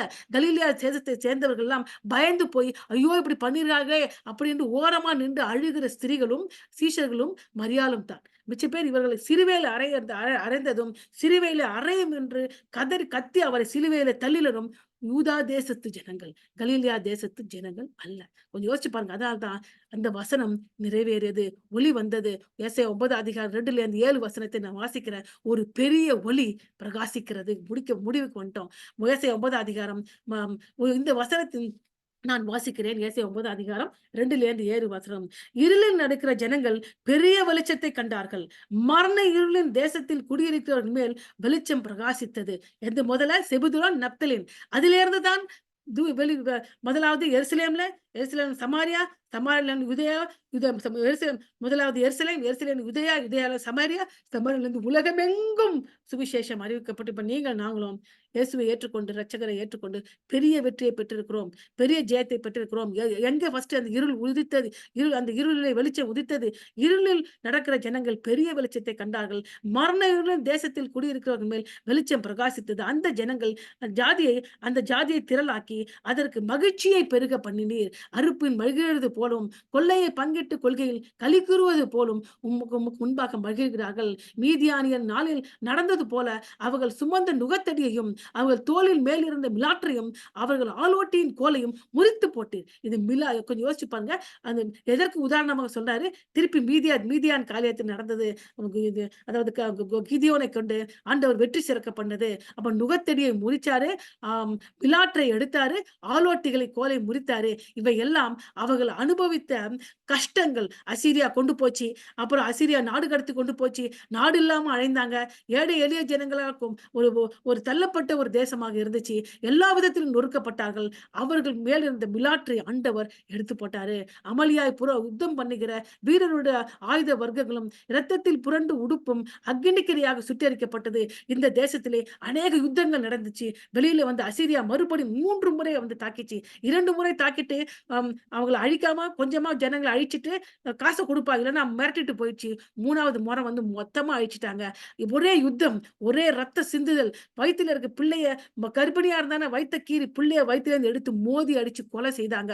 மிக கொடூரமாக எல்லாவற்றையும் அந்த தேசத்தார் நீங்க பாத்தீங்க. அப்படிப்பட்ட உங்களுக்கு பெரிய விடுதலை கிடைக்கிறது. அமளியின் யுத்தம் பண்ணுகிற வீரர்கள் ஆயுதம் வர்க்கங்களும் ரத்தம் புரண்டு உடுப்பும் அக்னிக்கிரியாக சுட்டெரிக்கப்படும். நமக்கு ஒரு பாலகன் பிறந்தார், நமக்கு ஒரு குமாரன் கொடுக்கப்பட்டார். கர்த்தத்துவம் அவன் தோளின் மேல் இருக்கும். அவர் நாமம் அதிசயமானவள், ஆலோசனை கர்த்தர், வல்லமையுள்ள தேவன், நித்திய பிதா, சமாதான பிரபு எனப்படும். அல்லேலூயா. யாருக்கு இப்படியாக இருப்பார் என்று சொல்லி பார்க்கும்போது, மீதம் இருக்கிறவர்களுக்கு. யார் மீதம் இருக்கிறாங்க? இங்க கூட மீதம் இருக்கிறவர்கள். அநேக ஜனங்கள் இயேசுவை சொந்த ரட்சகரா ஏற்றுக்கொள்ள மாட்டாங்க. 10 பேர்ல ஒருத்தன் தான் ஏத்துப்பான். அந்த மீதம் இருப்பவர்களுக்கு மாத்திரமே கர்த்தர் இப்படியாக இருப்பார். மத்த 9 பேருக்கு அப்படி இருக்க மாட்டாரு. அவங்களுக்கு என்னன்னே தெரியாது. தாவீதின் சிங்காசனத்தையும் அவருடைய ராஜ்யத்தையும் அவர் திடப்படுத்தி 7வது வசனத்தை வாக்கிறார். அதை இதுமுறை கொண்டு என்றென்றைக்கும் நியாயத்தினாலும் நீதியினாலும் நிலைப்படுத்தும்படிக்கு அவருடைய கர்த்தத்துவத்துக்கு பெருக்கத்துக்கும் அதன் சமாதானத்துக்கு முடிவில்லை. சேனைகள் கர்த்தருடைய வைராக்கியம் இதை செய்யும். 9ஆம் அதிகாரத்துல 6வது வசனம் கர்த்தராகிய இயேசு கிறிஸ்துவோட முதல் வருகையில நடக்கும். ஏசாயா அதிகாரம் 9வது அதிகாரத்து 7வது வசனம் கர்த்தராகிய இயேசு கிறிஸ்து 2வது வருகையிலே நடந்து அவர் தாவீதின் சிங்காசனத்திலே உட்கார்ந்து இந்த உலகத்தை ஆட்சி செய்வார். அவரோடு கூட நாமும் இந்த உலகத்தை ஆட்சி செய்வோம். அது 1000 வருட அரசாட்சி. இதைத்தான் இந்த சொல்லி முடிக்கிறாங்க. இது ஒரு பெரிய ஒளி பிரவாகித்தது. இப்படியே ஏசா அதிகாரம் முடிக்கிறாங்க. இந்த வசனத்தின் படியாக கர்த்தர் நமக்கு எப்படி இருக்கிறார் அதை சொல்லி நிற்போம். நமக்கு ஒரு பாலகன் பிறந்தார், நமக்கு ஒரு குமாரன் கொடுக்கப்பட்டார். கர்த்தத்துவம் தோளின் மேல் இருக்கும். அவர் நாமம் அதிசயமானவர், ஆலோசனை கர்த்தர், வல்லமை தேவன், நித்திய பிதா, சமாதான பிரபு எனப்படும். அந்த தேவன் வாழ்க்கையில அப்படியாக ஏசாயா 7ஆம் அதிகாரம் 14வது வசனமானது ஏசாயா லூக்கா 1ஆம் அதிகாரம் 26ல இருந்து 31 வசனத்திலே நிறைவேறிச்சு. எப்படி ஏசாயா 7ஆம் அதிகாரம் 14ஆம் வசனத்துல ஒரு கன்னிகை கர்ப்பவதி ஆகி ஒரு குமாரனை பெறுவாள். ஏசாயா 7ஆம் அதிகாரம் 14வது வசனம். லூக்கா 1ஆம் அதிகாரத்துல 26ல இருந்து 31 வசனத்துல மரியாள் ஒரு கணவருக்கு நியமிக்கப்பட்டிருந்தாள். ஆனா அவன் கணவனோடு இணையவில்லை. அப்பொழுது தூதன் வெளிப்பட்டு அவர் சொல்லுகிறாரு, பரிசுத்த ஆவி உன்மேல் நிழலிடும். உனக்கு பிறக்கிற குமாரன் பரிசுத்தம் உள்ளது அழைக்கப்படும். அவர் அவர் உலக ரட்சகராக இருப்பாரு. அப்படி என்பதை வெளிப்படுத்துகிறாரு. நாம் வாசிக்கிறோம் லூக்கா 1ஆம் அதிகாரம் 26ல இருந்து 31 எப்படி நிறைவேறுச்சு என்று பாருங்க. நிறைவேறுதலை பார்த்துக் கொண்டிருக்கிறோம். நம்ம எப்படியாக அசீரியாவினால யூதா தேசமும் கஷ்டப்பட்டுச்சு, 10 கோத்திரமும் கஷ்டப்பட்டுச்சு, மிகுந்த கஷ்டத்துக்குள்ள கடந்து போனது. அது நடந்துச்சுன்னா மற்றுமாக சொல்லப்பட்ட இந்த விஷயம் நடந்திருக்கிறது. எப்படி இருண்ட காரியம் நடந்துச்சுன்னா ஒளியின் காரியமும் வெளிச்சத்தின் காரியம் நடந்து கொண்டிருக்கிறது. லூக்கா 1ஆம் அதிகாரம் 26வது வசனத்திலே நான் வாசிக்கிறேன். அல்லேலூயா. லூக்கா 1:26 எடுத்துக்கலாம். 6ஆம் மாதத்தில் காபிரியேல் என்னும் தூதன் கலிலேயாவில் உள்ள நாசரேத்துக்கு வந்து தாவீதின் வம்சத்தான் ஆகிய யோசேப்பு என்கிற நாமமுள்ள புருஷனுக்கு நியமிக்கப்பட்ட கன்னியிடத்தில் தேவனாலே அனுப்பப்பட்டான். அந்த கன்னிகையின் பெயர் பாருங்க, கன்னிகை குமாரன் ஆகி அந்த கன்னிகையின் பெயர் மரியாள். அவள் இருந்த வீட்டிலே தேவதூதன் பிரவேசித்து கிருபை பெற்றவளை வாழ்க, கர்த்தர் உன்னோடு கூட இருக்கிறார், சிறியவளுக்குள்ளே நீ ஆசீர்வதிக்கப்பட்டவள் என்றால் அவளோ அவனை கண்டு அவன் வார்த்தையின் நிமித்தம் கலங்கி இந்த வார்த்தை எப்படிப்பட்டதோ என்று சிந்தித்துக் கொண்டிருந்தாள். தேவதூதன் அவனை நோக்கி, மரியாளே பயப்படாதே, நீ தேவனிடத்தில் கிருபை பெற்றால் இதோ ஒரு கர்ப்பவதியாக குமாரனை பெறுவாள், அவருக்கு இயேசு என்று பெயரிடுவாயாக. இங்க யோசிச்சு பாருங்க, இம்மானுவேல் அப்படின்பது இயேசு என்று மாற்றுகிறார்கள். இயேசு என்றால் இரட்சகர், பாவத்தில் இருந்து விடுதலை கொடுக்கிறவர், இரட்சகர் இயேசு என்று பெயரிடுவாயாக. அவர் பெரியவனாய் இருப்பார், உன்னதமானவருடைய குமாரன் எனப்படுவார். அவர் குமார் நம்ம சொன்னால ஏசாயா 9ஆம் அதிகாரத்துல 6ஆம் வசனத்தை என்ன வாசிட்டோம் அது பாருங்க. நம்ம வாசித்த வசனத்தை வாசிக்கிறேன். அதாவது அவரோட அவரோட பேர் அவரோட பேர் என்ன வாசிச்சோம் நம்ம. அ க 9ஆம் அதிகாரத்துல வாசிக்கலாம். இருள் சூழ்ந்து காணப்படுகிறது. நம்ம 9ஆம் அதிகாரத்து 1ஆம் வசனத்த கர்த்தத்துவம் தோளில் இருக்கும். அ சமாதான பிரபு, நித்திய பிதா, அவர் அதாவது வல்லமையுள்ள தேவன் அப்படின்னு சொல்லும் இல்லையா? அதே வசனத்த தான் இங்கேயும் சொல்றாங்க பாருங்க. அவர் அவர் பெரியவரா இருப்பார். உன்னதமான ஒரு குமாரன் எனப்படுவார். கர்த்தராகிய தேவன் அவருடைய பிதாவாகிய தாவீதின் சிங்காசனத்தை அவர் கொடுப்பார். 9ஆம் அதிகாரம் 7ஆம் வசனம். அவர் யாக்கோபிலே குடும்பத்தார் என்றென்றைக்கும் அரசாளுவார். அவருடைய ராஜ்யத்துக்கு முடிவிராது என்றால், ஏசாயா 6வது வசனம், ஏசாயா 9ஆம் அதிகாரம் 6ஆம் வசனமும், ஏசாயா 9ஆம் அதிகாரம் 7ஆம் வசனத்தையும் மரியாள் என்கிற அ மரியாள் என்கிற கன்னியிடத்திலே காபிரியேல் தூதன் வெளிப்படுத்துகிறாரு. முதலாவது நிறைவேறிச்சான்னா, 7வது ஏசாயா 7ஆம் அதிகாரம் 14வது வசனம் இயேசு கிறிஸ்துவின் வாழ்க்கையில் நிறைவேறியது. அடுத்தது அவருடைய ஊழியம் எங்க இருக்குது? கலீலியாவிலே ஊழியம் செய்தார். அது நம்ம எங்க வாசிச்சோம்? ஏசாயா 9ஆம் அதிகாரத்துல 1லிருந்து 2 வசனம். இருளில் இருக்கிற ஜனங்கள் பெரிய வெளிச்சத்தை காண்பார்கள். செபுலோன், நப்தலில் இருக்கிற ஜனங்கள் வெளிச்சம் பிரகாசிக்கும். அதே நாம எங்க வாசிச்சோம்? மத்தேயு அதிகாரத்துல 4வது வசனம். மத்தேயு அதிகாரத்துல நம்ம வாசிச்சோம் இல்லையா? மத்தேயு அதிகாரத்துல 4ஆம் வசனம் அதிகாரத்துல 13லேருந்து 16 வசனத்துல செபுதேல், நப்தலேம் நாடுகள் எல்லைகளுக்கும் கடற்கரை அருகான கப்பரும் வந்து அங்க வாசம் பண்ணினார். அங்கே அவர் இந்த ஊழியத்தை செய்தாரு. மறுல இருள திசையில் இருக்கிற வெளிச்சம் உதித்தது என்ற தீர்க்க தரிசன வசனம் நிறைவேறிற்று அங்க பார்க்கிறோம். 2வது தீர்க்க தரிசனம் நிறைவேறிற்று. முதல் தீர்க்க தரிசனம் ஏசாயா 7ஆம் அதிகாரம் 14வது வசனம். அது லூக்கா 1ஆம் அதிகாரம் 26, 31 நிறைவேறியது. அடுத்தது ஏசாயா 9ஆம் அதிகாரம் 1, 2 வசனத்துல அவருடைய ஊழியம் கலீலியாவிலே மையமாக கொண்டிருப்பார் என்பது மத்தேயு 4ஆம் அதிகாரம் 13, 16 நிறைவேறுது. அது மாத்திரமல்லாமல் அவர் எங்கே இருப்பார்? அவர் தாவீதின் சிங்காசனத்திலே நித்தியமாக வீற்றிருப்பார். ஏசாயா 9ஆம் அதிகாரம் 7ஆம் வசனம். அந்த வசனம் எங்கே நிறைவேறுது? லூக்கா 1ஆம் அதிகாரம் 32, 33. அவர் பெரியவராய் இருப்பார். உன்னதமானவருடைய குமாரன் எனப்படுவார். கர்த்தராகிய தேவன் அவர் பிதாவாகிய தாவீதின் சிங்காசனத்தை அவர் கொடுப்பார். அவர் யாக்கோபின் குடும்பத்தார் என்றென்றைக்கும் அரசாள்வார். அவருடைய ராஜ்யத்துக்கு முடிவிராது என்றார். அல்லேலூயா! எல்லா காரியங்களும் நிறைவேறிற்று. அப்படியாக இந்த நாளை செய்தி கேட்ட ஜனங்களே, உங்களை இரட்சிப்புக்குள்ளாக நடத்தி, சொன்ன காரியத்தையும், சொன்ன வசனத்தை நிறைவேற்றிய தேவன் அத்தோடு கூட உங்கள் குடும்ப தேவைகளையும், உங்களுக்கு கொடுக்கப்பட்ட ஒவ்வொரு வாக்குறுதிகளையும் நிச்சயமாக நிறைவேற்றும். அதுல எந்த வித டவுட்டுமே கிடையாது. ஆனா நீங்க பயப்படாதீங்க. நீங்க ஆண்டவர் கொடுத்த வாக்குத்தத்தத்த விசுவாசிங்க. அத்தோடு கூட ரட்சிப்பு எவ்வளவோ முக்கியமானது என்பதை நீங்க புரிந்து கொள்ளுங்க. நம்ம பெற்றுக்கொண்ட எல்லா ஆசீர்வாதத்தை விட ரட்சிப்பு தான் முக்கியமானது. எங்கேருந்து இந்த ரட்சிப்பு கொண்டு வராங்க பாருங்க. ஏசாயா காலத்துல அந்த ரட்சிப்பை சொல்லி, நம்முடைய காலகட்டத்துல அந்த ரட்சிப்பு நிறைவேறுது. அப்ப நம்ம எவ்வளவு பாக்கியமுள்ள ஜனங்கள். நம்முடைய ரட்சிப்பு எவ்வளவு உன்னதமானது. அது எளிதாக நினைச்சிடாதீங்க. அது மிக மிக உன்னதமான ஒரு ரட்சிப்பு. அந்த ரட்சிப்பை பெற்றுக்கொண்ட நாம் பிறருக்கு ரட்சிக்கப்பட வேண்டும் என்று ஊழியத்தை செய்ய வேண்டும். அந்த ரட்சிப்பு உண்மை உள்ளவராக இருக்க வேண்டும். கர்த்தர் தாமே உங்களை ஆசீர்வதிப்பாராக. ஆமென்.